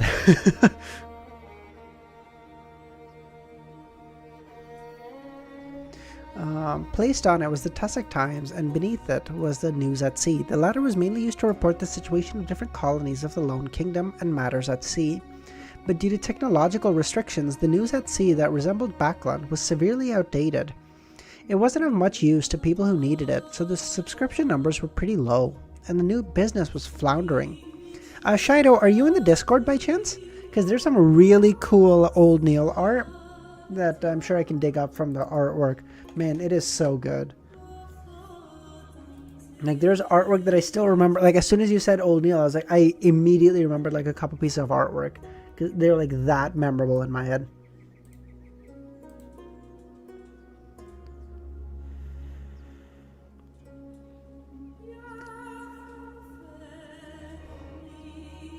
Later, with a suggestion from a new chief editor, the newspaper style changed. It was more rumors out at sea, as well as all sorts of strange matters involving pirates and adventurers. It appeared more like stories rather than actual news reports. Later, with a suggestion from nope, already read this. To people's surprise, this change in style was welcomed, as it involved ghosts, specters, sea monsters, and treasures. It became the semi-literate people's prime choice to flaunt their knowledge to the illiterate at various bars. That's so cool. It became the semi-illiterate's choice to flounder information at the illiterate. After all, although those stories seemed fake, they were sufficiently interesting. Unhinged, how's it going, man? Blood Moon Queen Ornea became the wife of the Truance dynasty Night Emperor. Reminder, when in the Fourth Epoch they were in the same empire. Yeah, there was a Truance Tudor United Empire, right? That the old guy mentioned.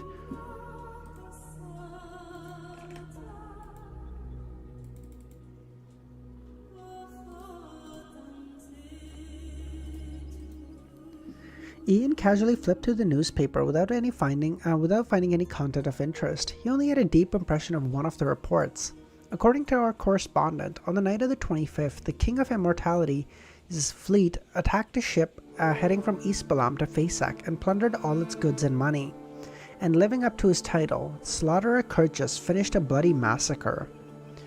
These pirates are preposterous. Ian shook his head and lowered the newspaper and returned to the card room and continued his game. It's review time. Tell me what you know.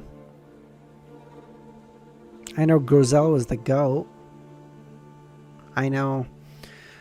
The sun is about to become sequence 6 pretty soon, and this Hanged Man is about to become sequence 5 once we can figure out what the fuck he's gonna pay for it, because he's a baroque. He's a baroque. He pinched his nose again and silently muttered, "A wraith? This arms dealer sure is resourceful. Not bad." Emlyn closed his eyes as he felt more hopeful about his entrusted mission. The lore. Not much, bro. Okay.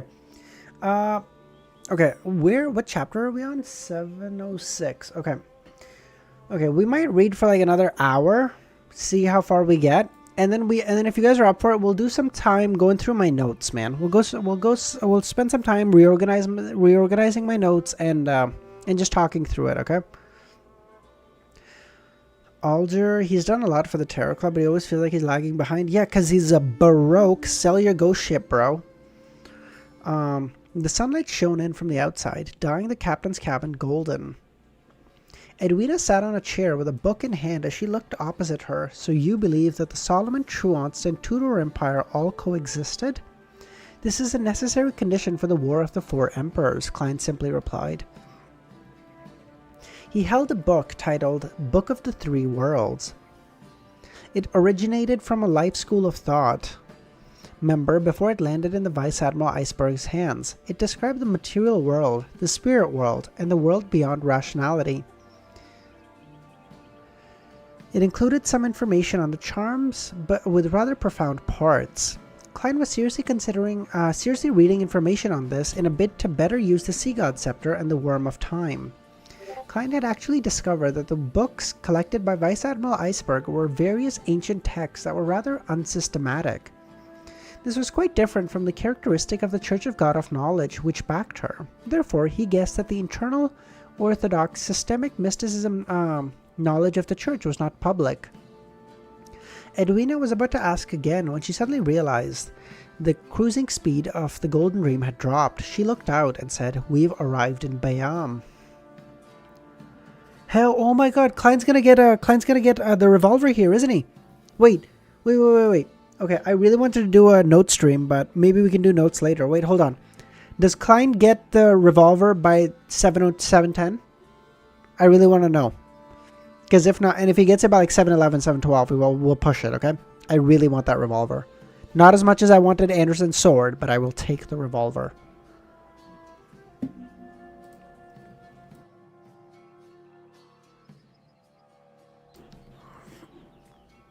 Yes? Okay, soon. Thank God. Okay. Let's get a fucking revolver. Let's get a... Dude, imagine a sequence... And now Klein just walks up to a sequence 6. He's like, listen, I can bring you in warm, or I can bring you in cold. And he just has a revolver to his head, and he's like, what's up, bitch? That's a line from The Mandalorian, if anyone is wondering. I did not think of that off the dome. That would be cool, though.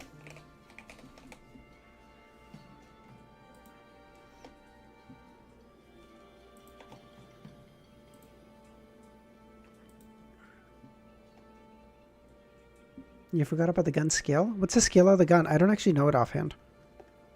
I don't remember it. We've reached Bayam. Faster than I expected, Klein commented. It was 3 hours faster than he expected. However... it's faster than I expected as well, Edwina agreed. However, all of these are important details. Klein lowered his head, pretending as though he was browsing through the rest of the book. He then handed it to the Vice Admiral. That marks the end of this discussion. It would be good to read until 7:13. 3 extra chapters is an extra hour, Pushkar. I don't think I have that in me.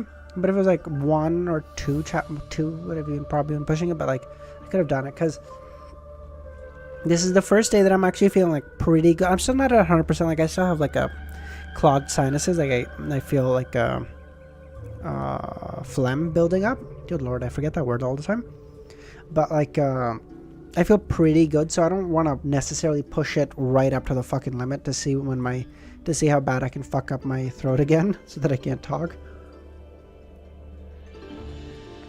Because 7:03 to 7:10 is it 8 or is it 7? It's 8, right? Yeah, it's 8 chapters. I normally would have done 9. That's like pretty fair. Edwina looked at the book in silence and opened her mouth, but no words came out. She reached for the Book of the Three Worlds and placed it in front of the table in passing. Following that, she got up and bowed. I look forward to future discussions with you. Your expertise in ancient history is admirable. If Klein had been acting as himself, he would have said a few words of humility while praising Vice Admiral for her knowledge. Unfortunately, Gearman did no such thing. All he did was nod and say, "We are collaborators." Klein is like, "I don't give a fuck." Well, actually, Gearman is like, "I don't give a fuck, you dumb bitch. I help you because you help me. Nothing beyond that." It meant that there would be opportunities in the future. Khaled, how's it going, man? He didn't speak further as he left the captain's cabin and returned to his room.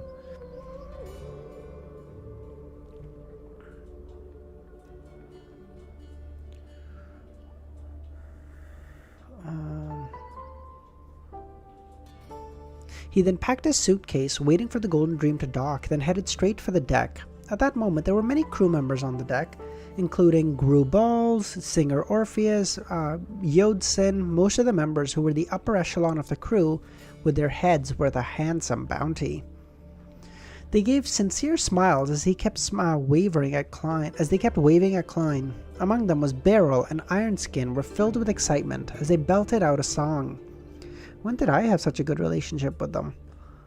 Motherfucker, speedrunning. How much are you reading? Just up until 7:10, Khaled. We're at 7 so far. Fuck, I still have to read 4 more chapters? Oh, I'm so cooked. Anderson was there with his combed hair. He said with a laugh, "They probably mean to say goodbye. Or should I say, let's hope we don't meet again. Gearman, do you realize how dangerous a situation you were in? You nearly became the public enemy of every crew member. They were so eager to steer the Golden Dream to Bayam in 5 minutes." Klein was about to answer when he saw Danitz jog over.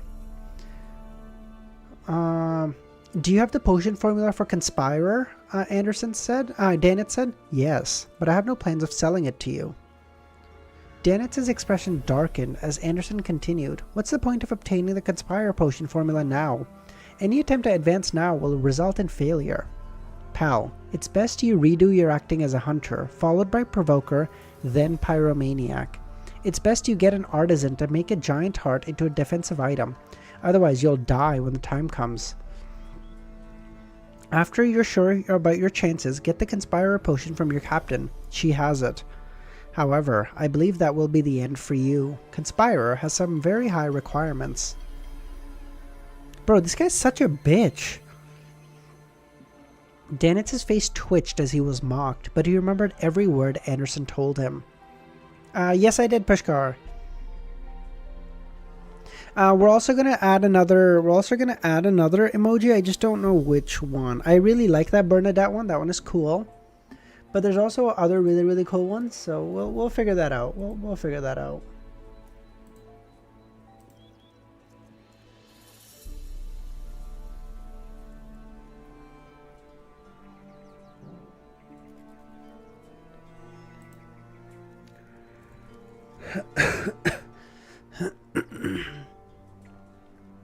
If you stop at 7:10, it'll be a cliffhanger. Okay, we can do 7:11. I already said 7:11. Oh my god, yeah.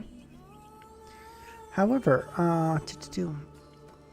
this was because the man before him had the title of strongest hunter. Furthermore, he had a vague idea that the key was acting. He suspected that the captain's guidance from before was directed at this, just that it was rather vague. Probably replace interest. Which one is interest? Oh, the down one? Yeah, I guess we can get rid of that. Sure. Yeah, that's fair. I don't think I've ever seen that used. That's probably fair. Okay. We'll probably replace that one username. One day there will come a day when I'll let you know what a true conspirer is, Danitz retorted. He cleared his throat. I've already made the request to the captain. In the future, I'll be in contact with the resistance, and I'll often be in Bayam. This means it means you really don't wish to leave the Golden Dream, but you will find opportunities to hone yourself. Why does it feel like you're reporting to your boss? Danitz was instantly relieved as he felt a lot better. If it wasn't because his companions were watching behind him, he would have diligently helped Gehrman carry his suitcase all the way to the dock. Yeah, I make the decisions around here. After watching Gehrman and Anderson leave, he cautiously decided to pray to the Fool every day, starting today. He wanted to show his devotion to prevent any accidents from happening. Inside the Resistance's private harbor, Anderson watched as Gehrman circled into another newly built road before walking out. You seem familiar with this place. This road wasn't here last time I was here, Anderson said. Of course, there's so many people praying to me every day, telling me what they've done. I occasionally give them a response, such as directing them to mend this road, Klein thought. That's so smart. The Stockholm is still there. Yeah, it's like, oh, I would carry suitcases, but I mean, now it kind of feels fair because, you know, he did save the lady that he loves. So that kind of does feel more fair. A believer in the Fool. I know, we finally have one of those. Klein thought smugly, but replied with a stoic expression. Where does your friend stay? In a manor in the Bayam city outskirts. Anderson sped his pace as he led the way. About an hour later, he brought Klein to the manor. Oh, they're going there right now, thank God. After informing the gatekeeper of their intentions, the two didn't wait any longer before they saw a man of medium-sized build, less than 1.75 meters tall, walk over. By his side were his butler and valet. Good lord, what the fuck? The man's skin was somewhat sallow and with quite a tan. His contours were gentle, but his eye sockets were much more recessed than Loanese. What does sallow mean?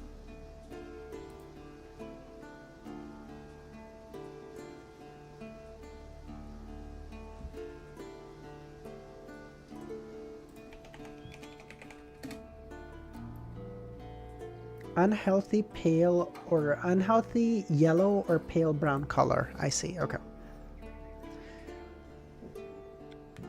To Klein, he could basically determine the man's background. He was a Highlander from the Fainapotter Kingdom. The man was already a little plump with a rotund, amiable face. He laughed when he saw Anderson. Anderson, aren't you dead? I'm waiting to attend your funeral, Anderson replied without standing on ceremony. Ukfa Connor Chris, the doctor of my former team. I've brought you business. Ukfa instantly understood Anderson and didn't ask in front of his butler and valet. He led the duo towards the main building in the manor. Rotund is such a funny word. Interesting, really. Why? Rotund? Along the way, Klein saw buildings like windmills, bakeries, breweries, and militia training grounds. The entire manor appeared like a miniaturized kingdom. Apart from the lack of a blacksmith, it was completely self-sufficient. Most iron products were cheaper buying them from the city than personally making them. Not funny? Fun? Oh, I see. Oh, I see. This is a pastoral lifestyle. Klein silently sighed as he followed Ukfa into the building. Ukfa didn't call his mistress of the house over, nor did he carry his child to meet Anderson and Klein. He clearly didn't wish for them to have any contact with this world. Hence, he closed the door and got straight to the point. What's the business?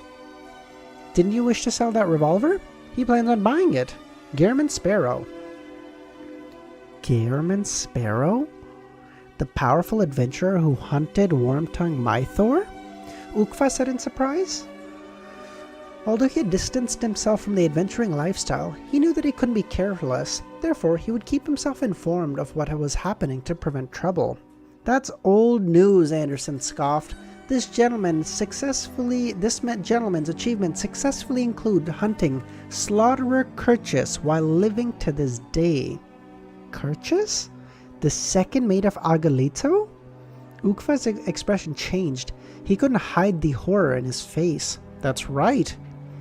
In the pirates' playground, he's the strongest hunter. Ukfa gulped as he looked at Klein. He couldn't help but smile. I believe you have the ability to buy Death Nell. Death Nell? That's the name of the revolver. It has accompanied me for a decade. If not because it overlaps with functionality with one of my other mystical items, and isn't of much use for me at present, I wouldn't be selling it. At that moment, Anderson hissed with laughter. That's what you said before. You said you prefer farming tools. A planter. Klein made the corresponding judgment based on Anderson's words. Death Knell is a peak. Death Knell is a peak name. That is actually really good. It's like, when you hear this go off, that's your funeral procession happening, motherfucker. You're dead. Chop chop. Meanwhile, the corresponding potion names flashed through his mind. Sequence 9, Planter. Sequence 8, Doctor. Sequence 7, Harvest Priest. How do I know this? What?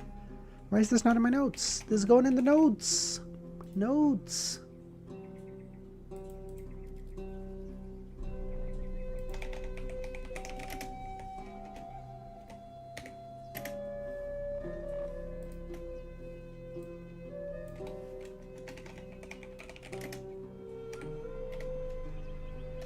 Harvest Priest.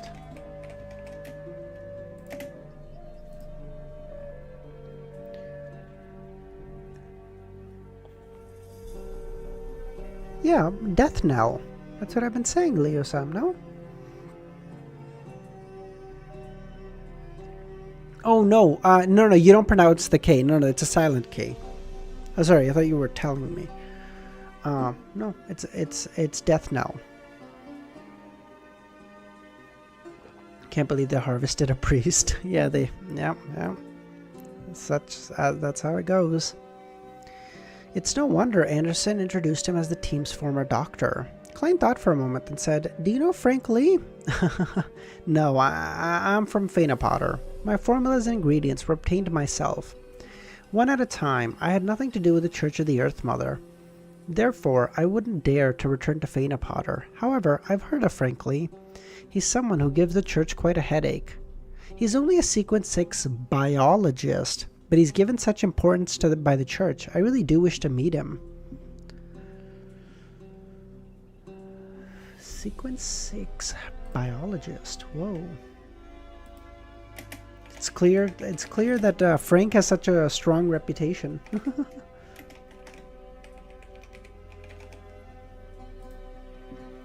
No, you won't. You will regret having that chance. Klein could tell from Ukva's answers that he believed in the Earth Mother and was likely as powerful Sequence 5 beyond her. Anderson's face twitched when he heard Ukva, and he said with a lingering fear, "That guy does give one a headache. In a certain sense, you can call him a devil. His powers and thoughts have exceeded that of a Sequence 6. Ugh, alright, let's not talk about him. Whenever his name pops up, I still remember that milk that was jettisoned." Ukva looked at the duo in puzzlement as he restrained his look of curiosity. He walked to the table, opened a drawer, and pulled out an iron-black revolver that looked a little longer than ordinary. This is Death Nell. An iron-black revolver. Oh, that is actually hard as fuck. Okay, okay.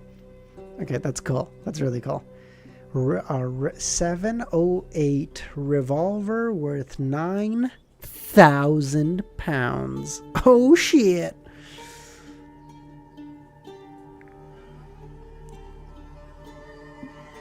You say Anderson was born to be a hunter, but Frank's affinity to planter. Yeah, Frank's affinity to be a planter is so high, I would suspect his father was a mid or high sequence planter, and he was like born with it. That's what he like, because it feels like it's part of his soul.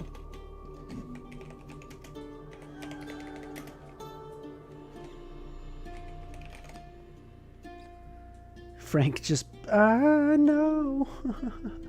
I wrote everything and then I canceled it. I'm silly. I'm such a silly bitch.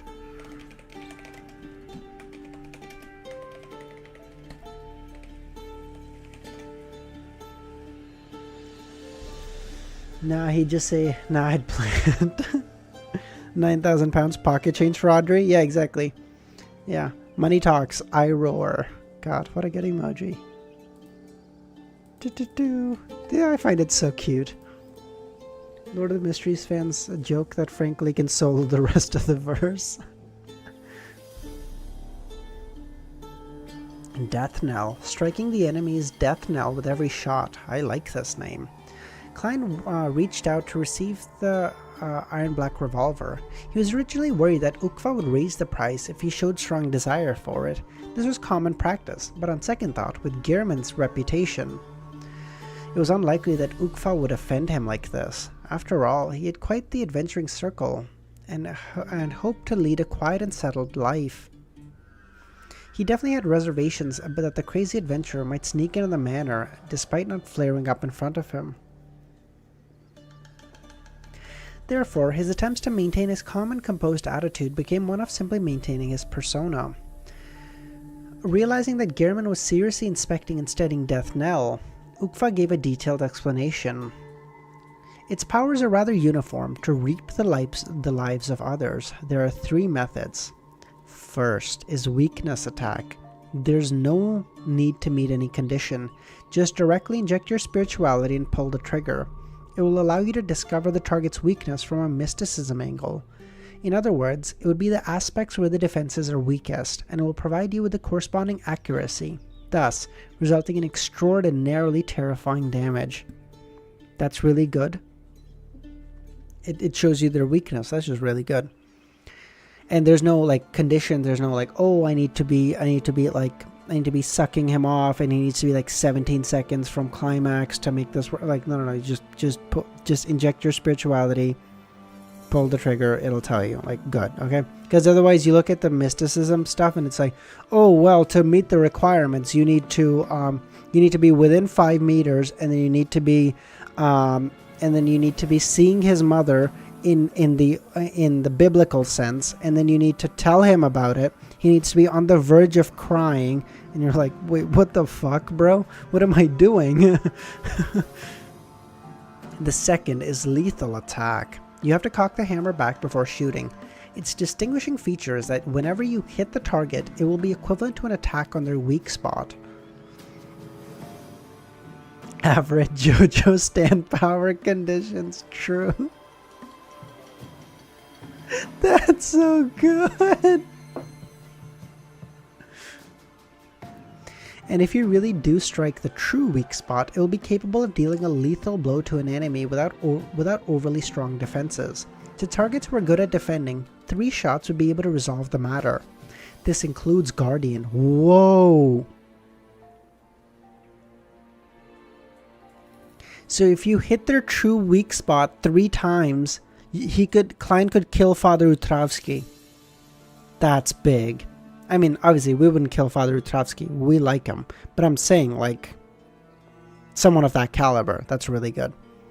Of course, that is under the premise that the 3 lethal blows aren't too spread apart. It's best not to exceed 5 shots. The third is slaughtering. On the foundation of a weakness attack, providing more than thrice the spirituality on top of that will imbue ordinary bullets with grape shot effect. What the fuck is grape shot? Is that like is that just a slug shot? What is grape shot? Chris, how's it going, man? What is grape shot?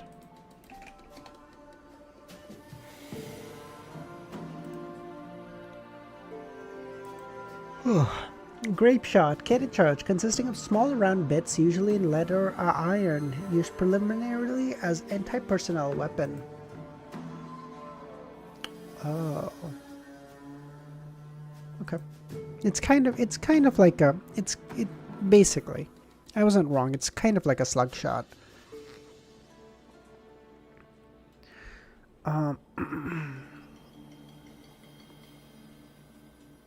Simultaneously, when aimed at a group of enemies, it will result in an AoE damage. To increase the damage, it will need to meet the conditions for lethal attack, as well as provide more than thrice the spirituality. This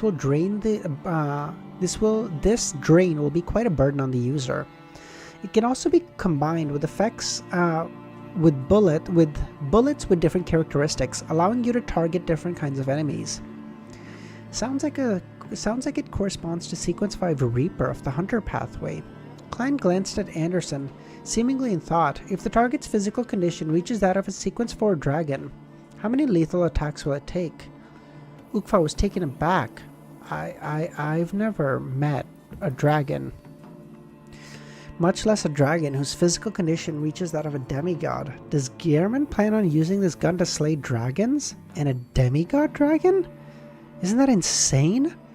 Ukva suddenly felt that the adventure these days were completely different to the ones he knew. Anderson coughed. That'll depend on your luck. Oh, is it buckshot? Is that what I'm thinking of?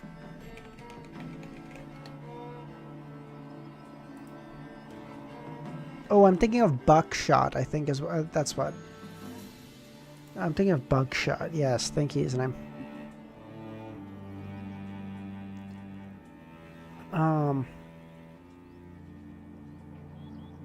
That will depend on your luck, for real. Trust me, luck is extremely important. If you encounter a dragon that's been beaten to a state close to death, 1 shot should be plenty. Otherwise, I suggest you run. Otherwise, if the demigod dragon doesn't defend and stays there for you to hit it, 5 shots of lethal attack should be plenty to kill it. Ukva looked at Anderson before looking at Gehrman. Anderson has told you about the negative effects of death, Nell, right? You will receive a weakness that originally didn't exist, or it will enhance an already existing weakness, making it become more extreme. This effect will maintain for 6 hours. There was once a time when I became extremely afraid of cats.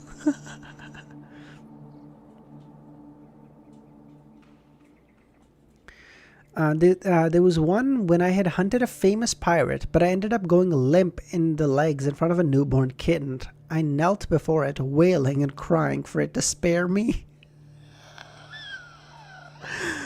If you carry it around, the problems aren't great. It will only make you easily thirsty. Just drink more water and head to the washroom more often would solve the problem.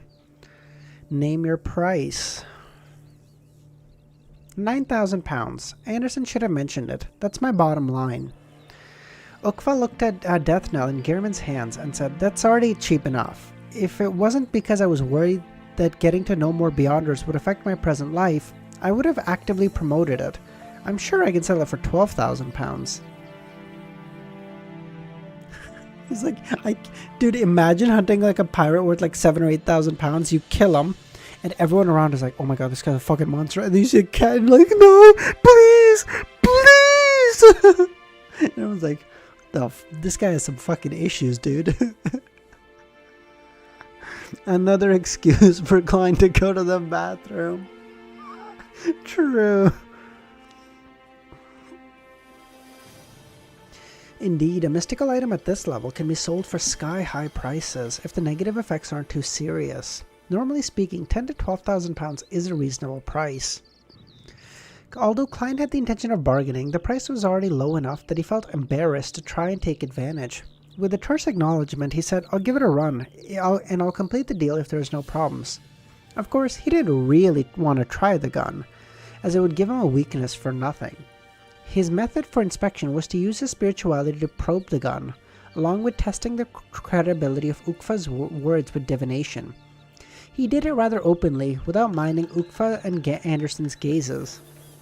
To the Divine Kingdom. I'll make confirmation later above the grey fog, but Ukfa likely wouldn't dare lie to me. He's definitely afraid of the crazy adventurer. After all, he's already obtained and settled in a quiet life. He has a wife and kids. Klein placed Death Nell on the table, lifted his suitcase, and took out 9,000 pounds. After Ukfa received the money, he did a quick count and confirmed the authenticity. As expected of a recently famous adventurer, very few people can produce 9,000 pounds in cash at once. Even a tycoon doesn't have that much liquidity. I even spent 5,000 pounds on a key not too long ago. Klein felt his heart ache as he saw 9,000 pounds enter Ukfa's drawer. I've been out at sea for so long, saving so much, and it's gone. Just like that. Now I'm left with a mere 2,683 pounds and 6 gold coins. Wait, 6? Where did one come from? He had 5. What do you think of Anderson? No, I don't like him. I don't like him. There's something off about him. I don't like him. He had 5. Where did the 6 gold coin come from? I can't even afford a relatively decent manor. Klein sighed as he took the ordinary revolver from his underarm holster, removed the bullets inside, and stuffed them into Death Nell. After Anderson watched the entire transaction, he said with a tisk, "Ukfa, you've changed. In the past, you would have checked the authenticity of each note. If you find it troublesome, I can help you." "It's fine, but I'm worried that Gehrman will shoot you." Ukfa clearly knew the strongest hunter's talent at provocation. He could imagine the scene of Anderson posing in a way that was begging to be beaten, counting each and every note while verifying them in the light. Well said. Klein praised him silently. He then stuffed the iron black long-barreled revolver into his holster. The original revolver was thrown into the suitcase. "Thanks to you, I no longer have to fret over this matter," Ukfa said with a smile. As he pointed to the door, "I'll get my valet to show you out." "Ukfa, aren't you going to keep us for dinner?" Anderson said. "When you're married with kids, I'll treat you to the best food in the best restaurant," Ukfa said with a smile.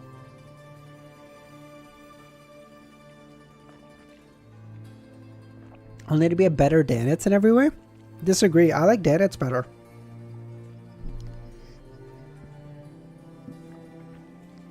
Back when I knew Ukfa, Anderson looked up with squinted eyes at the setting sun and chuckled. "Back when I knew Ukfa, he was a doctor who was good at planting all kinds of strange plants on the ship to improve everyone's lives.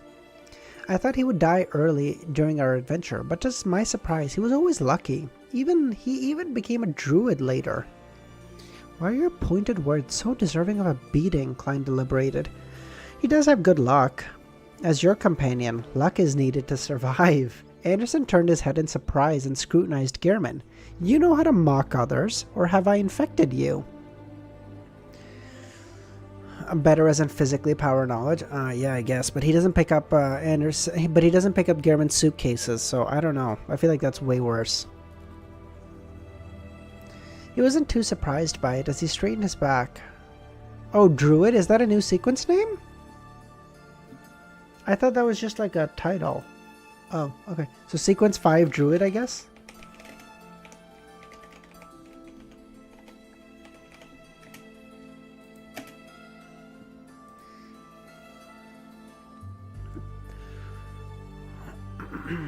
Alright, you've gotten the mystical item you need. If there's nothing else, it's time I embark on my journey. Don't forget that demigod mission.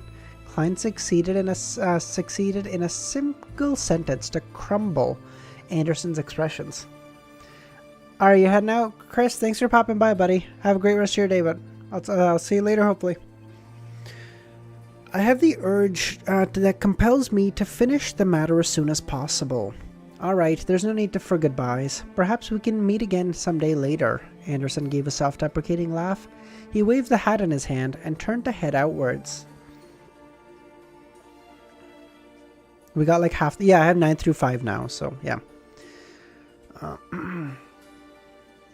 As he watched the strongest hunter depart, Klein heaved a sigh of relief. Holding his suitcase, he followed the path he took to get here and headed for Bayam under the red evening sky.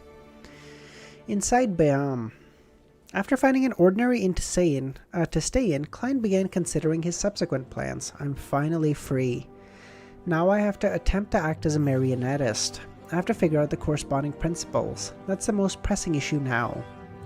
Marionettist. The focus should be on the marionette. I haven't actually created a marionette and controlled it in battle. I should start there. This matter can be completed before returning to Backlund. Not only do Beyonders have to stay hidden there, making it difficult to encounter one, but no matter what one does, it's easy to get on the bad side of the church or some important figure. I need to be careful. It's not a good place to select and create marionettes. The sea is much better. I'll make my rounds at a bar later. I'll find a pirate who deserves death to give it a try. With this in mind, Klein got up and left the room, as though he was bringing his certificate of deposit to a bank to withdraw the money. He headed for the nearby Seaweed Bar. Famous pirates often showed up there. Soon he arrived at the bar's entrance. After straightening his clothes, he pushed open the heavy wooden door. Gazes subconsciously swept over. Deserves death. Okay, light. He's like, yes, I will be the one to judge. Gazes swept past his face before moving away as though it wasn't anything extraordinary. Following that, someone shouted, Gehrman Sparrow! In the blink of an eye, several figures in the bar ran for the back door. Before Klein could even figure out what was happening, the bar was left relatively desolate and empty. There's good and bad sides to having a reputation. 7:09. Ellen's warning. Okay, you know what? We'll go to 7-Eleven, but then we won't do I won't do the notes on stream because that'll be 3 hours.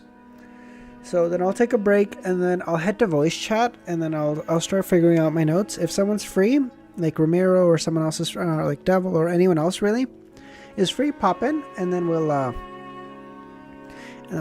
work on those. But I'm just I don't think I can do 2 more hours. I'm tired. I'm sleepy. I want to go to bed. Ugh.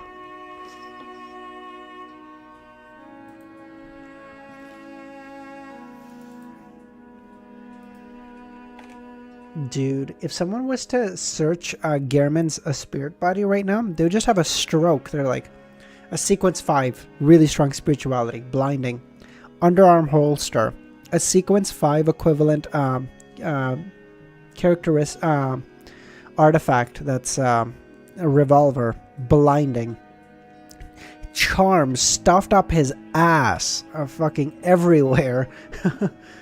Like, holy shit. Yeah, it's 1:30 for me, Romero, but I'm sleepy all the same, okay?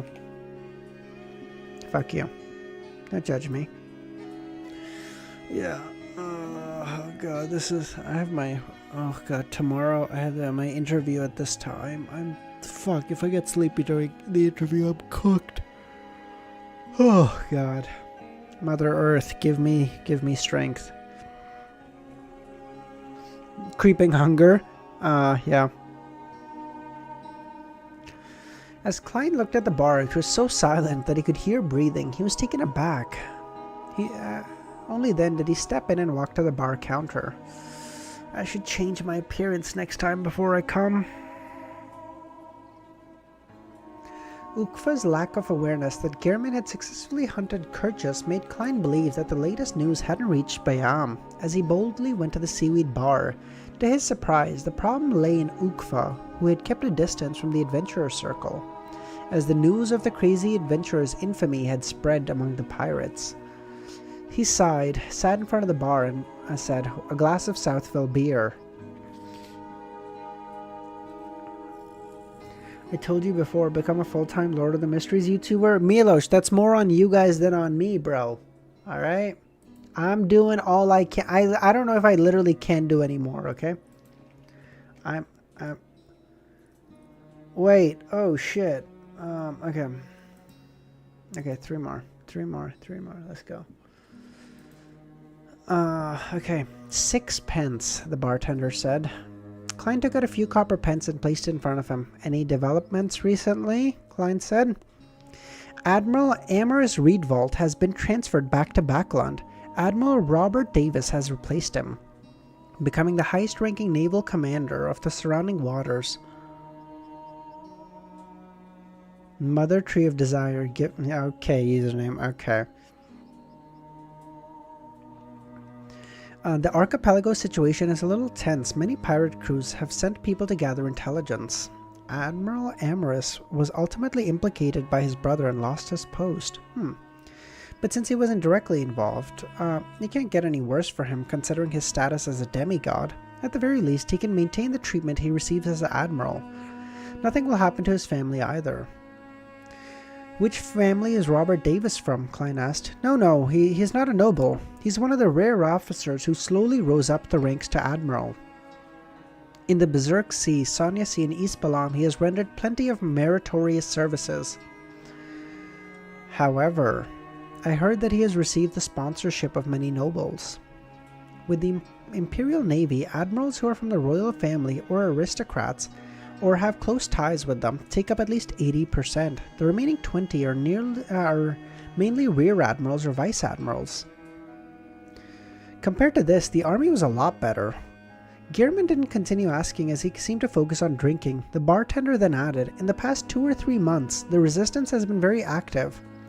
They've been constantly attempting to destroy railways or set up blockades on public roads. They've given the Governor General's office quite a headache, forcing them to dispatch a large number of soldiers to maintain traffic. I'm aware, it's all going according to plan, Klein said. In a space where natives and mixed bloods make up 80%, it's not difficult for the resistance to gather intel. Coupled with external sponsors, it wouldn't be hard for them to live on for short amounts of time. The reason why they were in a dire strait before was because of Kalvatua. It got them to attack key nodes in a city, fighting head-on with the Lone Kingdom. Klein mumbled to himself in delight as he drank another mouthful of beer.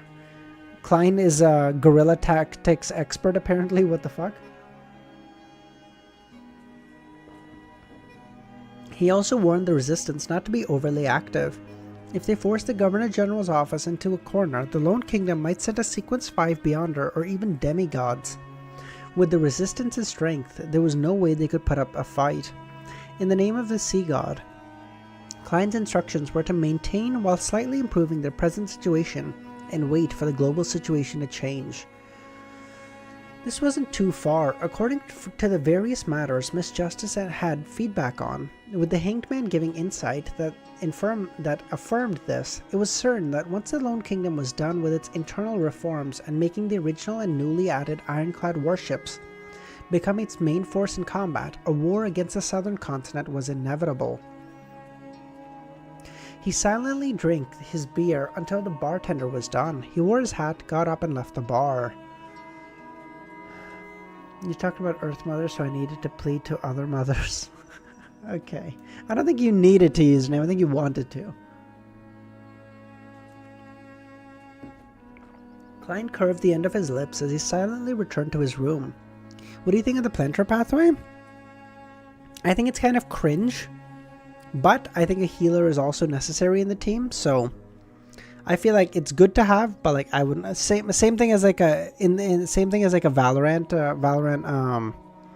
a lineup. Healer is necessary, but I ain't being the fucking healer, okay? Healer or a Valorant, Overwatch, whatever. You know, take your pick.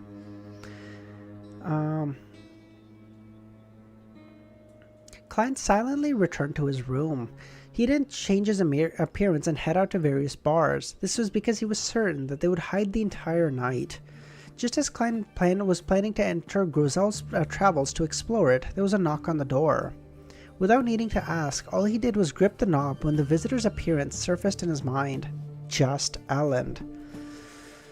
Impressive. He already managed to find out where I'm staying, although I didn't exactly hide. Good evening. Klein opened the door. Good evening. I'm very happy to see you back in Bayam. Elend took off his hat and entered the room. Is there something? Klein pulled a chair over and sat down. Elend sat opposite him. Isn't visiting a friend the most important matter? You're such a smooth talker. Too bad Anderson's gone, or he could have learned from you. Alright, you've made your visit. Elend seemed to have expected such a response. He smiled and said, Do you still remember Donna? Of course, she and her brother are adorable.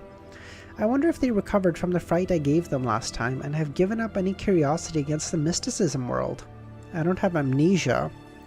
Didn't you tell Donna's father that he should post an advertisement in the Sonia Sea Post for 3 days asking to buy Demir special cured meat if he needs your help? He did so recently, but you weren't in Bayam.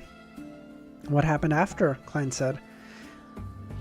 I heard your conversation back then, and after discovering the advertisement, I visited them using the address. As you know, Donna is a lovely lady. She reminds me of my daughter.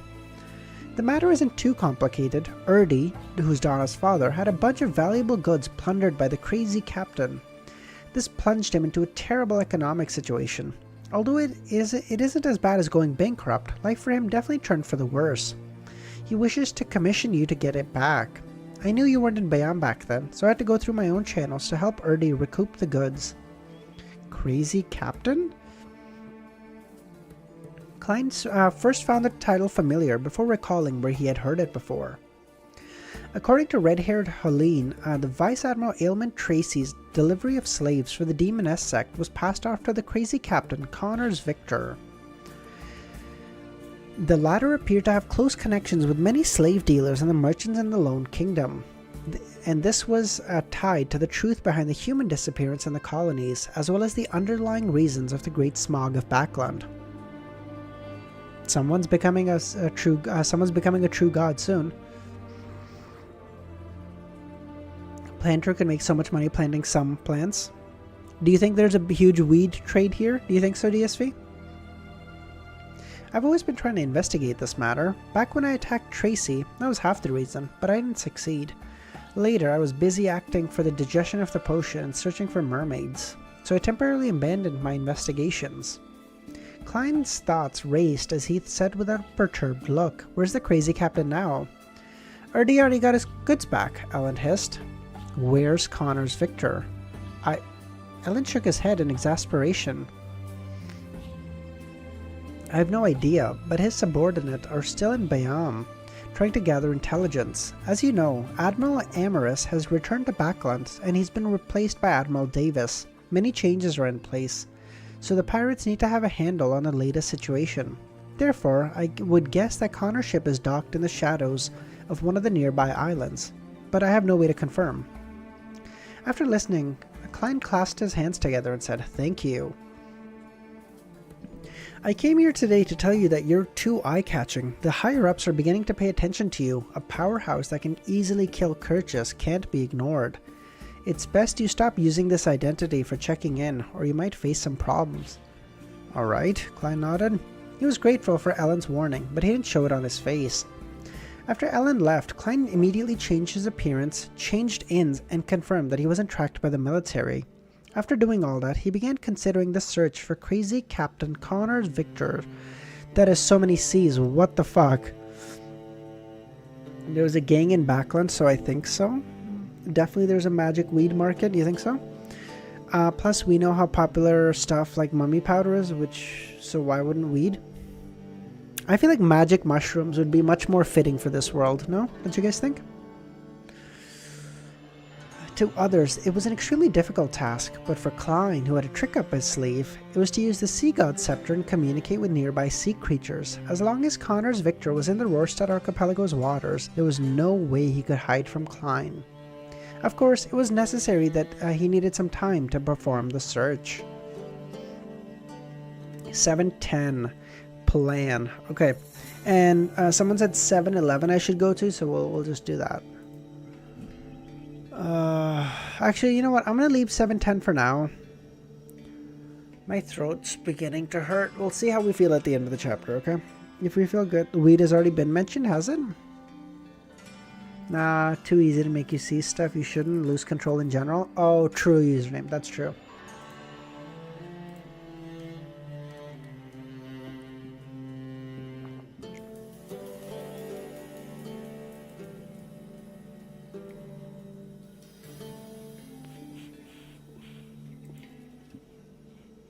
Okay. Baron Pound.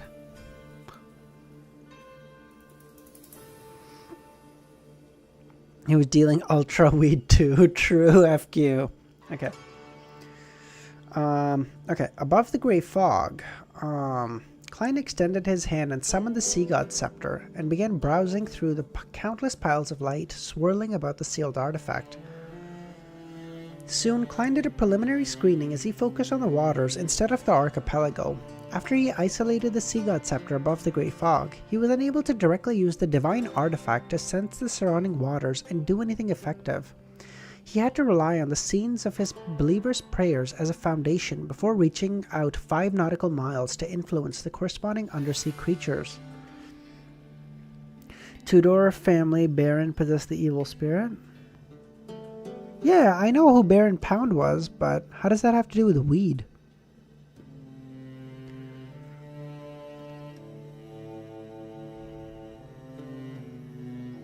Klein emanated his spirituality and touched one of the specks of light. He was a native, performing his daily prayers. Klein's thoughts changed. The angle of the scene quickly drew higher as a dark cloud and undulating waves appeared. He was doing weed as an act? Really? Oh, okay, cool. That's right. I did find the atmosphere repressing when I was about. That's why Ellen said that the Captain Connor's ship was likely to be in the hiding. It was to avoid a storm. Klein tapped the edge of the table as he muttered. Having deduced this, it made his search much easier, because he didn't need to search the extensive waters. All he needed to do was focus on the different islands around those waters. With a change in thought, a blue gem at the tip of the sea god scepter lit up. On the waters, which no longer had the fishing boat, the crimson moonlight shone down on the deep blue waves that were slowly rising. Suddenly, splashes silently surged upwards as an exaggerated eye looking up into the water surfaced. Beneath the eye was a massive silhouette. At the same time, all kinds of fish began surfacing nearby. They took in the indistinct halo that came scattering down as they circled around before swimming down and heading in different directions. Could Frank Lee theoretically make some Walter-grade meth if he was provided with the equipment? It's more chemistry than biology. Oh yeah, he could for sure do it, Pushcard. No, sure, yeah. The only concern with Frank would be that he would mix meth with weed and then just give you something that like you puffed on and you entered this 5th dimension eternally. You just never came out of it.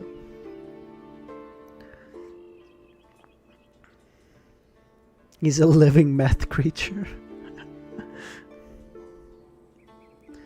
10 seconds later, the water in a 5 nautical mile radius returned to its previous state. The deep blue waves rose up to a high height again, awaiting the final eruption. Ugh. This is a little draining. Klein raised his left hand to rub his temples. He wasn't only commandeering the sea creatures, he had also bestowed them with a remnant beyond their spirituality to a degree. It allowed them to transmit the scenes they saw by praying after they discovered the docked ship. This wasn't too complicated or difficult for the Sea God Scepter, but it was burdensome and draining for Klein. Then Klein selected a few praying believers situated in different islands around the archipelago and used the same method to command the sea creatures of this region. Now it transports you to the spirit world. Frank is the kid in high school who sells drugs.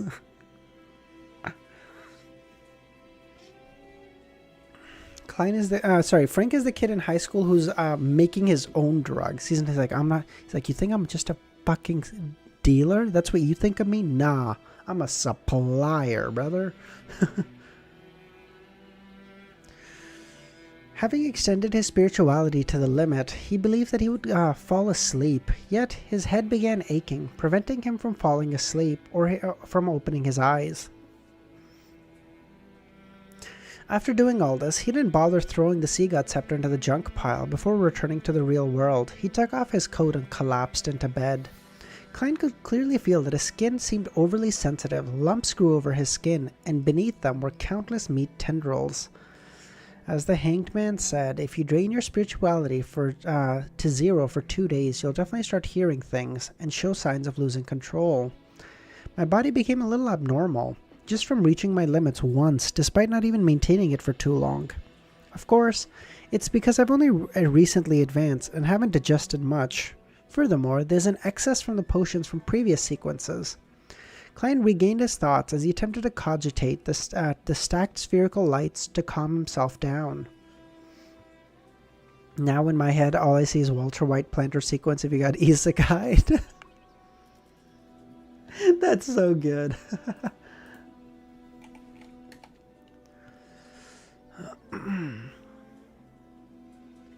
Having gradually recovered, he finally fell asleep. By the time he woke up, it was the middle of the night. At that moment, the winds were howling outside. The rain was pouring as their storm finally unleashed its might after a prolonged period of brewing. And this wasn't a rare situation in Bayam. Apart from that, the night was very serene. Klein went to the washroom to clear his bowels. After washing his hands and going above the grey fog, he picked up the Sea God Scepter on the end of the long bronze table and began searching through the scenes from the Sea God creatures. Although Klein hadn't seen Crazy Captain Connors yet, he had previously learned of his traits and the various emblems of his ship. Therefore, he wasn't afraid of failing to identify him.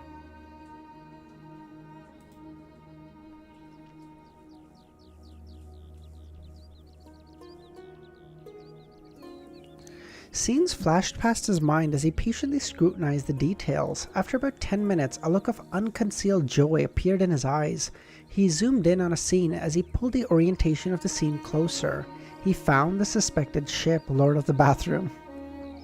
The ship was docked at the back of Saimim Island, an island furthest from the Rorstad archipelago.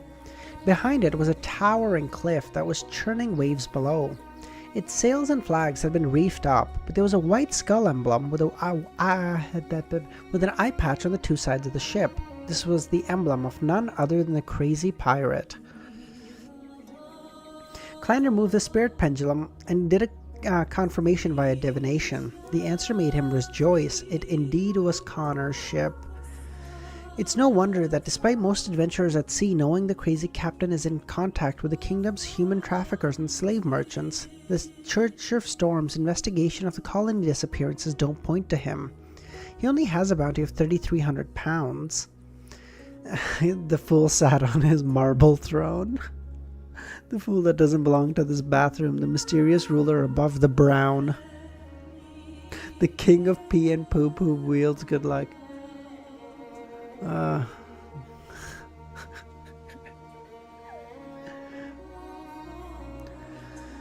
His first reaction was to summon a massive undersea creature, hitch a ride on something akin to a whale, and head straight for Saimim Island. He could infiltrate and use his powers as a marionettist to control the crazy captain without causing too much of a stir.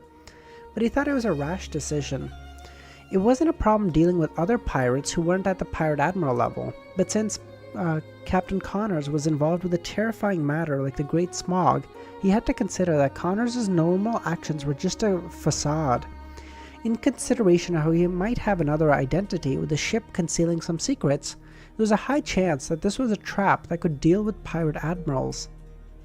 Klein might not walk out alive, despite being armed to the teeth if he made such a rash decision. Should I summon myself and head over with the Sea God Scepter as a spirit body? This can avoid some accidents, and I can immediately end the summoning if something goes wrong. But the Sea God Scepter is essentially the beyonder characteristic of a high sequence. As long as it appears in the real world, it might attract Sea King Jan Kottman. This will prevent the situation from developing as I want it to. Klein looked at the scene in the storm as he came up with a preliminary plan. Before that, he conjured a pen and paper and wrote the divination statement. Dealing with Connor's Victor is very dangerous. He picked up the silver chain pendulum and reined in his thoughts and focused on the divination. He opened his eyes to see the topaz pendant turning clockwise at high frequency and amplitude. It meant that dealing with Connors was very dangerous. As expected. Thank God I didn't rush over. Klein picked up the Sea God Scepter and decided on executing the plan he thought of. It was to use the prayer scene and strike Connors' ship with the Sea God Scepter from afar by using the cover of storm. He would rouse the nest and force out its secrets. After grasping the relevant situation, he would end the attack before Sea King Jan Kottman sensed the abnormality or arrived at the scene.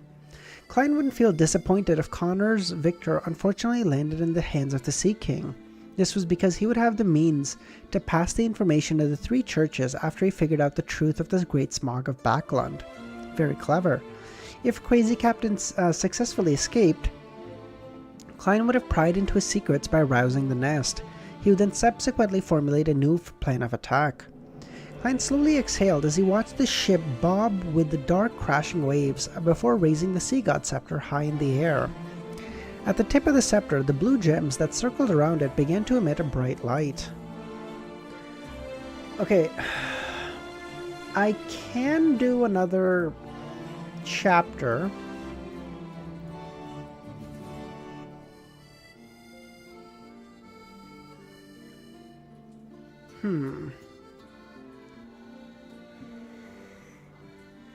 Should I do another chapter? That's the question. Should I do 211 or should I leave it at 210? Someone mentioned there was a really hype scene at 210. Or 211. What do you guys think?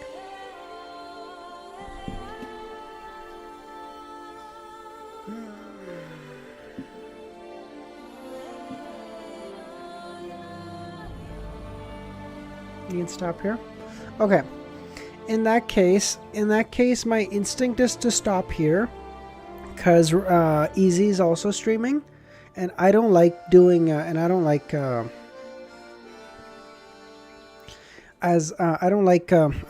overlaps with our streams.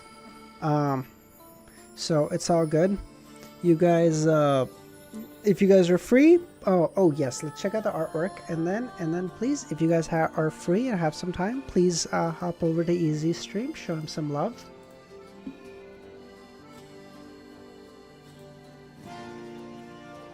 Have you listened to the song I sent last night? No, not yet, username. I will though. Some Klein art. Yes, already seen this. Amon. Who are you? Who's backing you? Who the fuck is this guy, dude? I thought he was gonna be secretly a good guy. Never mind. I think he's just a fucking piece of shit. He's evil. He's evil, I tell you. I didn't do subs though. You're gonna have to raw dog it. It's fine. Don't worry about it.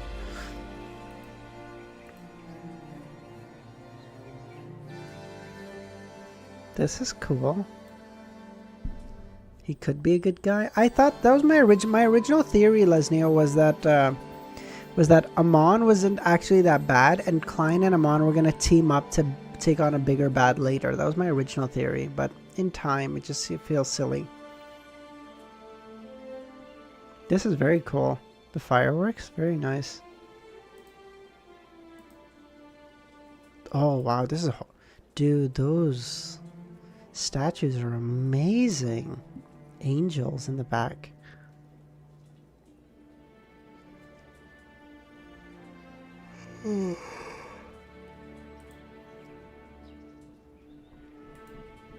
This looks really good. Oh, that's beautiful. Tipping his hat in front of the Big Ben, basically, or whatever the equivalent of that in this world would be. This is beautiful. This is so well done. Kind of looks like a kid, though. Don't judge someone by their looks. Okay. That's a nice sentiment, Thunder. You're right. But we all do it. So it's like a natural human thing. This is also... Oh my god, you guys just had peak ones today. What the fuck? They look so good. This is awesome, too.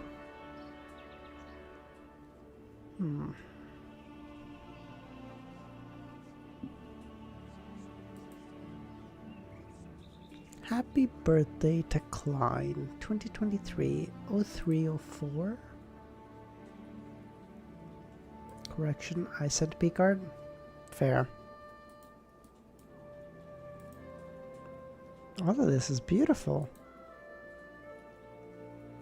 This is also good. Original, chapter 1 art. Klein artworks always make him look yeah, like look at this. This looks beautiful. Everything is so detailed. Fucking baguettes. Candles. Revolver. I don't know what the fuck these things would be. Kettle. Kettle? Jug? Jug kettle? Even though you've been looking at art for months, there's still loads of peak. Yeah, I know, dude. I said this like really early on. You guys have some unbelievably talented... what even is this? You guys have some unbelievably talented artists in the community. It's like crazy good. This is so cute. This is so cute. Emlyn, why are we getting Emlyn art? God damn, look at this. This fucking vampire. You haven't even touched the peak of artwork yet? That's crazy. Because I've seen like some really, really good ones that like quality and quantity actually.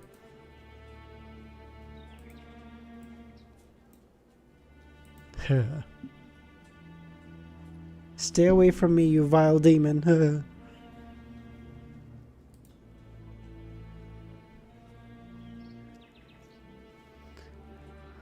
And it will only increase because of the show. True, yeah. The moon. Chibi Queen Mystic. Oh, that's adorable. Sharon art. Oh, as always, because why not? I love this. Best girl for sure. Oh, this one is decent. This one is amazing.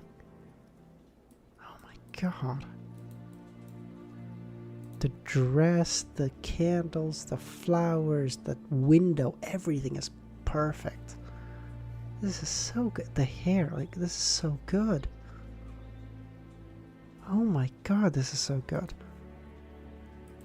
Sharon, become a member of the Tarot Club and my life is yours. Aries!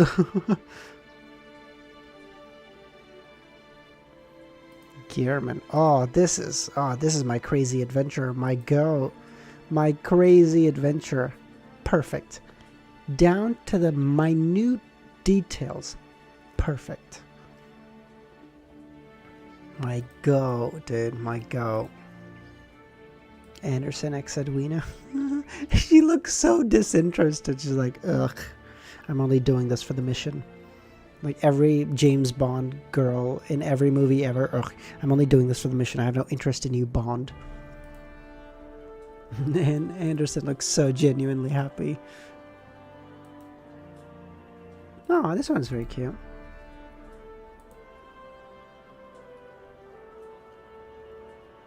Oh, oh, Amnesia Man. Wait, can you guys see the title too?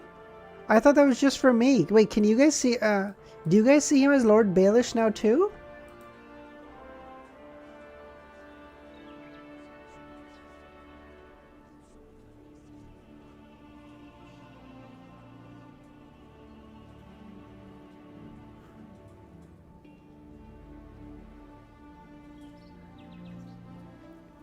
Wait, you guys see? Wait, do you guys see him as Lord Baelish? I thought that was just for me. You do? Oh, fuck. Okay, then I might take that off. Okay, cause yesterday, like, I was saying something to Romero. I was like, dude, what the fuck? And then Milish was like, oh yes, he sucks. Make me a head mod. And I was like, dude, I ordain you Lord Baelish, the true schemer. What the fuck? So I just said that as a joke. What the fuck? Confirm PV's voice or not AI? Well, yeah, thank God. Jesus Christ. Okay. What are you expecting for the next volume? I would hope that Klein is back in Backlund, operating under both his Gehrman and Thing personalities, Gehrman and Sherlock personalities, to get some clues. And I want to figure out what the fuck's happening with the royal family. Because, like, what's up with the royal... Go to clips? What's up? What is this? Him off, and he needs to be like 17 seconds from climbing. Oh. okay, Milosh. Okay. It was very funny. Okay, don't judge me. That's my jokes are what they are. Emlyn, very cute, very cute. Tinjin crew. Who are these? What? Done.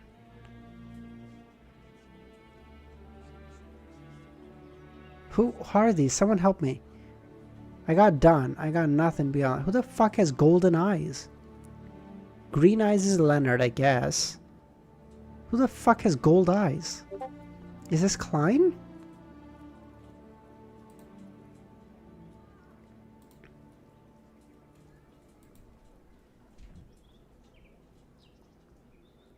Oh, it is Klein? Okay.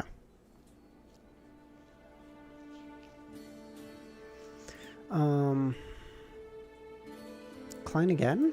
This is cool. He's much more of a kid here. Dunx Daily is one of the best ships. I agree, Pushkar. I feel like that's a really good. I feel like that's a really good ship. I feel like even in the book, there's some like hints to it. Like it feels really good.